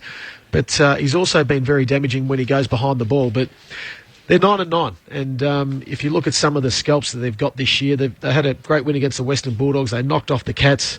They've been able to beat some quality teams, but they just haven't been able to sustain it for long enough, consistently enough from week to week against different teams, and that's probably one thing that's hurt them at the moment. But the development of their younger players that are coming through, I think they'll continue to get better. And the development team then, they obviously are doing a fantastic job with them. I think Seb Ross is really developing into a really classy midfielder. Jack Stevens been terrific. He's had an outstanding year. But then you look at guys like Armitage, Newmes, Savage, Dunstan. You also look at Gresham, who's really developing into a good player, right. They've got the nucleus there for them to be able to continue to work with these younger guys and continue to develop them and make sure that they continue to develop and have a lot more depth through the middle of the ground, which is probably one area that cost them tonight against North Melbourne. St Kilda's run home from here. Carlton at the Melbourne Cricket Ground next Sunday. Then Sydney back here at the Docklands, Richmond at the MCG, and then Brisbane at the Docklands to finish. So in 3 of those games, they'll probably run favourite. Only the game against Sydney, which is in Melbourne. They don't travel again, the Saints. So there is really the chance for them to build maybe as high as 12 wins by the end of the season, which would be a huge improvement on the base they started at. Certainly exceed most people's expectations. Yeah. The other game tonight is finished, and in the end it was a 94-point margin. Port Adelaide beating up on the Brisbane Lions, 25-23, 173 to the Brisbane Lions, 11-13, 79. Yeah, well, that makes a couple of massacres today, doesn't it? That's because the Tigers got a belting up in Canberra. So 25-23, and this is from a team that found their way back into the winners list last week. It spins around pretty quickly in the AFL world, doesn't it? To think that last week, all the reports that pressure's off Justin Lepich, they finally had a win, and then they get rolled by 94 points today. Yeah, I don't think the pressure's off him. No. He's under enormous pressure. But it's hard to stay up at this time of the year when you're not going to feature in finals footy and there's a month to play. You've grinded away through a season where you've been disappointing and you haven't had too much to be too excited about. That last month becomes really hard. But the main focus for them at the moment would be to make sure that they continue to blood the younger kids that are coming through. And you'd like to think that if they can get improvement out of them across the board and they continue to work on their areas where they can get better individually in this last month, you'd like to think that that's a nice little platform for them to go into when they start back in summer in November. Do you think he coaches on, Stan? I think he's under enormous pressure. He's got to be. And the reason I want to say this is because I think everybody associated with the club should be under pressure. If those sort of things are happening, I think it's too easy and wrong just to say, oh, we'll sacrifice this person. Yeah. I think they've just got to go through everything because right at this point of time, we can say a lot of things, but the reality is that you just cannot in any way condone or put up with 100-odd point losses or something around that situation. So there are massive problems within the whole club. You can cop a loss, but as long as you play the right way and you play with the spirit and the passion that makes you actually become competitive. And too often this year we just haven't seen any passion or willingness to fight through or grind when they've been challenged from opposition teams. But 94 points against, albeit, Port Adelaide aren't a top 8 team. Yeah. They're not playing a premiership contender. You can't be getting rolled like that on your home part a week after having a win. Well, I think that, you add to that the AFL really will be concerned because we know that they want to push into Queensland and the fact that people just won't turn up to watch that stuff. That's what they didn't a couple of weeks ago. Yeah, they had the lowest crowd they've had. They won't come, and that's a massive concern. And I think the other thing that happens is that we know that there's more and more now player movement, and players and managers and that will be just looking at if things aren't fixed there and something's got to be terribly wrong, they'll be looking for out. Yep. Brent Harvey is going to front the press. He's going to speak in the press conference alongside Coach Brad Scott. So that'll be coming up. It may be touch and go whether that happens before we're off air or not. If not, you'll hear that throughout the night on ABC News. 94 points, Port Adelaide over the Brisbane Lions tonight. North Melbourne by 23 points here at the Docklands over St Kilda. Corbin Middlemass alongside Stan Elves and Shannon Grant talking you through the night. In round 19 of the AFL, earlier this afternoon, Collingwood victorious by 19 points over the West Coast Eagles, 13-13 to 11-6. A huge dent in West Coast season as they jockey for a top 4 position, and yet they haven't looked like that side for a long time, and the loss today puts them right back with the rest of the pack, still to play Hawthorn at home and road trips to take on the Giants in Adelaide in the final month of the season. Scott Pendlebury, the victorious captain of the Collingwood Football Club, spoke to the grandstand team in victory post-match. Scott Pendlebury, 34 touches and 13 tackles in an important win for this club. You've just gone straight into the meeting. What did Bucks have to say? I think he just reinforced, how happy he was that we played our brand of footy, and I think that's the best we've tackled all year. And our contested ball was really strong against a good West Coast side who are trying to get a top 4 spot. So pretty happy getting that scalp today. It was fierce out there, 119 tackles to 89. That's a fair effort. Yeah, it was, and it was quite blustery conditions out there. I'm not sure what it looks like on TV, but it's quite windy, so there's plenty of opportunities with the ball on the ground. Also, Darcy Moore going off after such an explosive start. The way that the boys, handled that, I suppose you must be proud. Yeah, it was good. I think that was his best half of footy since he's played AFL, and he was just so dominant, and the way the guys, as you said, readjusted after half time without him there, and I think we kicked 7 goals in the second half, so I was positive. Have you spoken to Darcy? Do you know what was wrong with him? We just said he got a bit tight in his hammy, and I suppose with the situation we're in, we're not going to put players back out like that, especially a guy like Darcy, so they just made a smart call. Brodie Grundy was enormous yet again, wasn't he? He dominated the clearances and hit out. Yeah, he was. I think that's 7 or 8 really good weeks, and it'd have to be the form ruck, I think, of the competition at the moment. Some of the boys, particularly James Aish, is that his best game for the club in your opinion? I think so today. He was really just influential, and he's a strong guy around the footy. He doesn't look it. He looks like he'd get blown away on a day like today, but he's quite strong around the ball and uses it really well. And I think he's starting to build his confidence back up from his time at Brisbane, and believes now that he's a really solid AFL footballer. And guys like Sidebottom and Treloar certainly clutch late in that game. Yeah, they were. Anytime the ball gets in those guys' hands around goal, you know it's going to go through. Are you a little bit frustrated, I suppose, when you put in performances like this, yet you're still in the position that you're in this season? I think if you stop right now and you reflect, you're frustrated we're not where we want to be, but we can't look back and worry about that. We just want to try and build a brand that's positive, and since the bye we've been 4-2, and a big game next Friday night against Richmond. And is that the message now, to just make sure that you finish off the season strongly? Yeah, absolutely. There's no reason why we can't play 4 really strong games of footy, and I just think for our group we need to do that. We need to show people that we can do it for, we don't just turn up once in every 2 weeks or every 3 weeks, that we can sustain this effort. So it's a challenge for the senior guys, for the younger guys, to bring it every week. And it's always nice when you get to walk in the rooms, go straight up to the coach and have a bit of a hug and a joke. Yeah, it's always nice. It's probably the only 5 minutes of a week you're allowed to do it. Thanks for your time, Scott. Enjoy. Thank you. So Scott Pendlebury in the victorious room speaking with Narrowly Meadows. Brent Harvey has fronted the press. He's speaking now live at the press conference after North Melbourne's 23-point win over the Saints. No, not really. We won, so I don't really care how it gets played. We knew when St Kilda were at their best, they got some really good pressure. When we play our best, we pressure really well as well. So I don't think it was ever going to be a high-scoring game. I'm very happy with the win. Absolutely.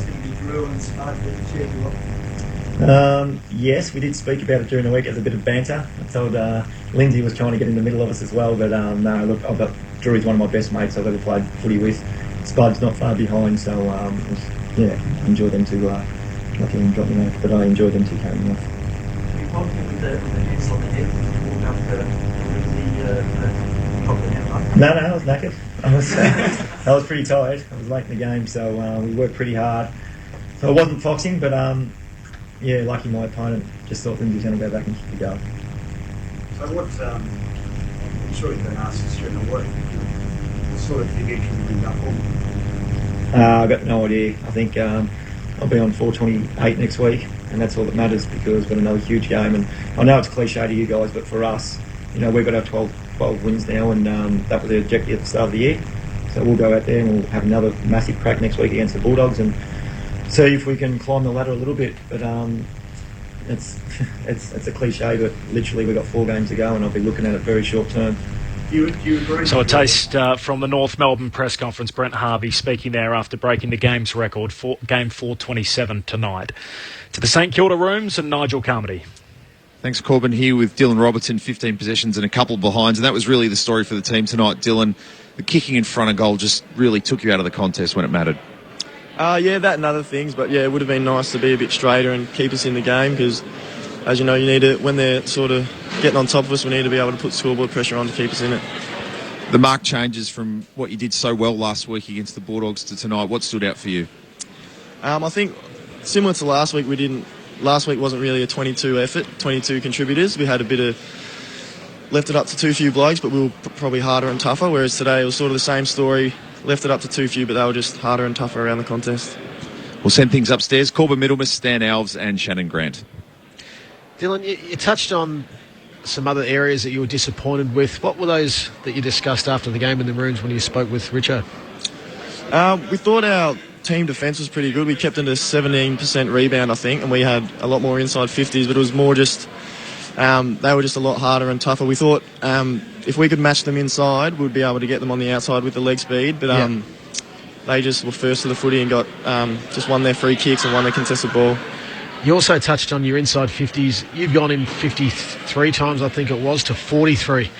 But there were so many times you just lacked that last kick in where you could find a target or put it to advantage where you could make it easier for your forwards. Was that an area that you guys were pretty disappointed with as well? Yeah, definitely. Lately we've been able to get ground position pretty well, and our talls have been able to make a contest and the smalls are keeping it in there. But I think this week, probably lacked a bit of polish, and they were able to just mark the ball too much, especially early. They were just marking everything pretty much. Dylan, Stan Alves here. Look, it was not probably how you wanted it to be, but in hindsight, the season to date has had its really good games, and then there are ones where you've probably fallen away. But I would think that the rest of the season just can't be thrown away now. It's just so important. You've made good ground now. You've got to just make sure you consolidate. Yeah, we just need to finish off the season strong. I think a game like tonight last year and years gone by, we probably would have got put away, but we were able to sort of stay in it for the last quarter and fight it out and kick some goals late. But damage was done pretty early. But we'll just finish off strong and see what we can do. Good on you, Dylan. Appreciate you taking the time to have a chat to us. All right, thank you. Dylan Roberton alongside Nigel Carmody in the St Kilda rooms. 44,237 in to see it tonight as Brent Harvey broke the game's record, North Melbourne by 23 points in the finish. Around the grounds, Port Adelaide by 94 over the Brisbane Lions, Collingwood by 19 over the Eagles, the Hawks by the same margin over Carlton, and the Giants by 88 points over Richmond. In the NRL tonight, the Storm 16-8 winners over the Cowboys. For the second half scoreless, both teams. Didn't change from that halftime scoreline. The West Tigers 23 over Parramatta 8, and earlier the Warriors in extra time 20-16 over the Penrith Panthers. And in the cricket, the Aussies lost by 106 runs, losing the first... 106 runs, all out for 161 in the second innings. First test in Sri Lanka going the way of the hosts. Fast running out of time. Shannon Grant, you've got all the votes for us in the ABC Footballer of the Year. I do have the votes this evening. Responsibility again? One vote. I've gone with Drew Petrie. It was good to see him play the brand of footy that he did today. He was really good for the footy club at either end of the ground. He finished with 18 possessions, 12 marks, but he took some really telling marks at critical stages of the game, not only as a forward, but when he went behind the ball as well. He really steadied the ship with their defence in behind and finished with 2 goals as well. 2 votes I gave to Daniel Wells. I think didn't have a hell of a lot of the footy. He had 24 possessions, but went at 82% efficiency. And again, a lot like Drew Petrie, when he got the ball, he made some really important decisions with the ball when they went inside with that last kick at their forward 50 and hit some forwards up. The longer the game went, the more he got involved, and he was a very, very important player for them tonight. And 3 votes I gave to McMillan. I thought he started on the wing, he floated across half-back, finished with 31 possessions and went at an 89% efficiency rate. 2 of those players on a night like that when the ball was being used really poorly, they were the 2 that really stood out and used the ball well and made sure that their team got across the line. From 12 noon tomorrow, Grandstand AFL continues. We're at the MCG, Melbourne and the Suns. Then PAV plays game 350, the Dockers and the Swans, followed by Adelaide and Essendon. Thanks to Shannon Grant, thanks to Stan Ells, thanks to Stu behind the faders for us. Thanks to Nigel Carmody on his debut tonight. I'm Corbin Middlemass signing off. The Roos by 23.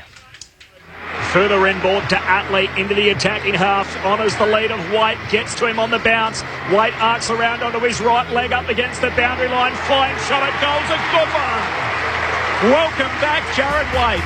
Kick to the teeth of goal. Gets to the fall. White had his legs taken from under him and will get the free. He'll kick from virtually the top of the square. He missed rounds 13 to 16 and then round 18. And remarkably now is the leading goal scorer on the ground with 2. He's hurt. Look, he nearly fell over after that kick. As soon as he's kicked that, he sort of awkwardly tried to land and get his equilibrium back, and his hip gave way on him. Mullet wheels on the left, inside 50. An amazing lead from Petrie, defying age and gravity.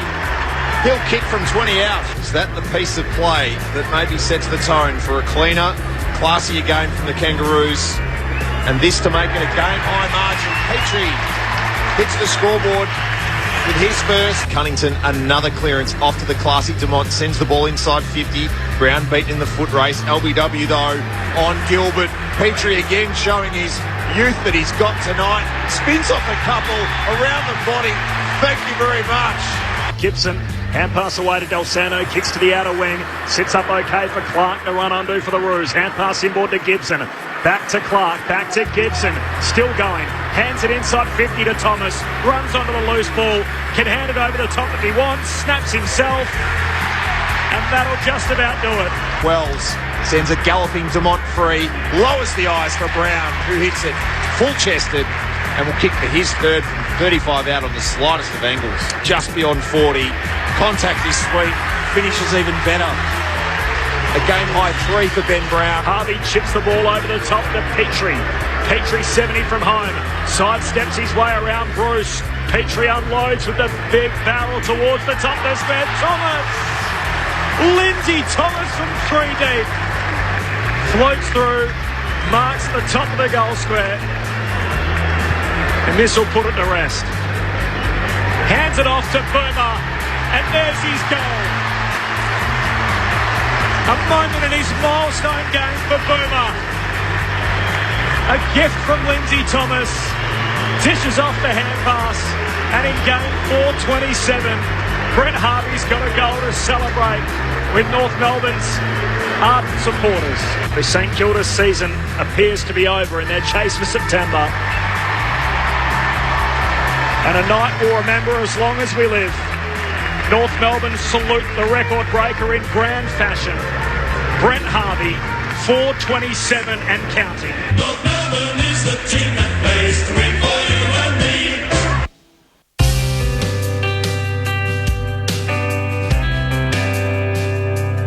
Yeah, g'day, you're on No Comments. I'm Patrick Stack.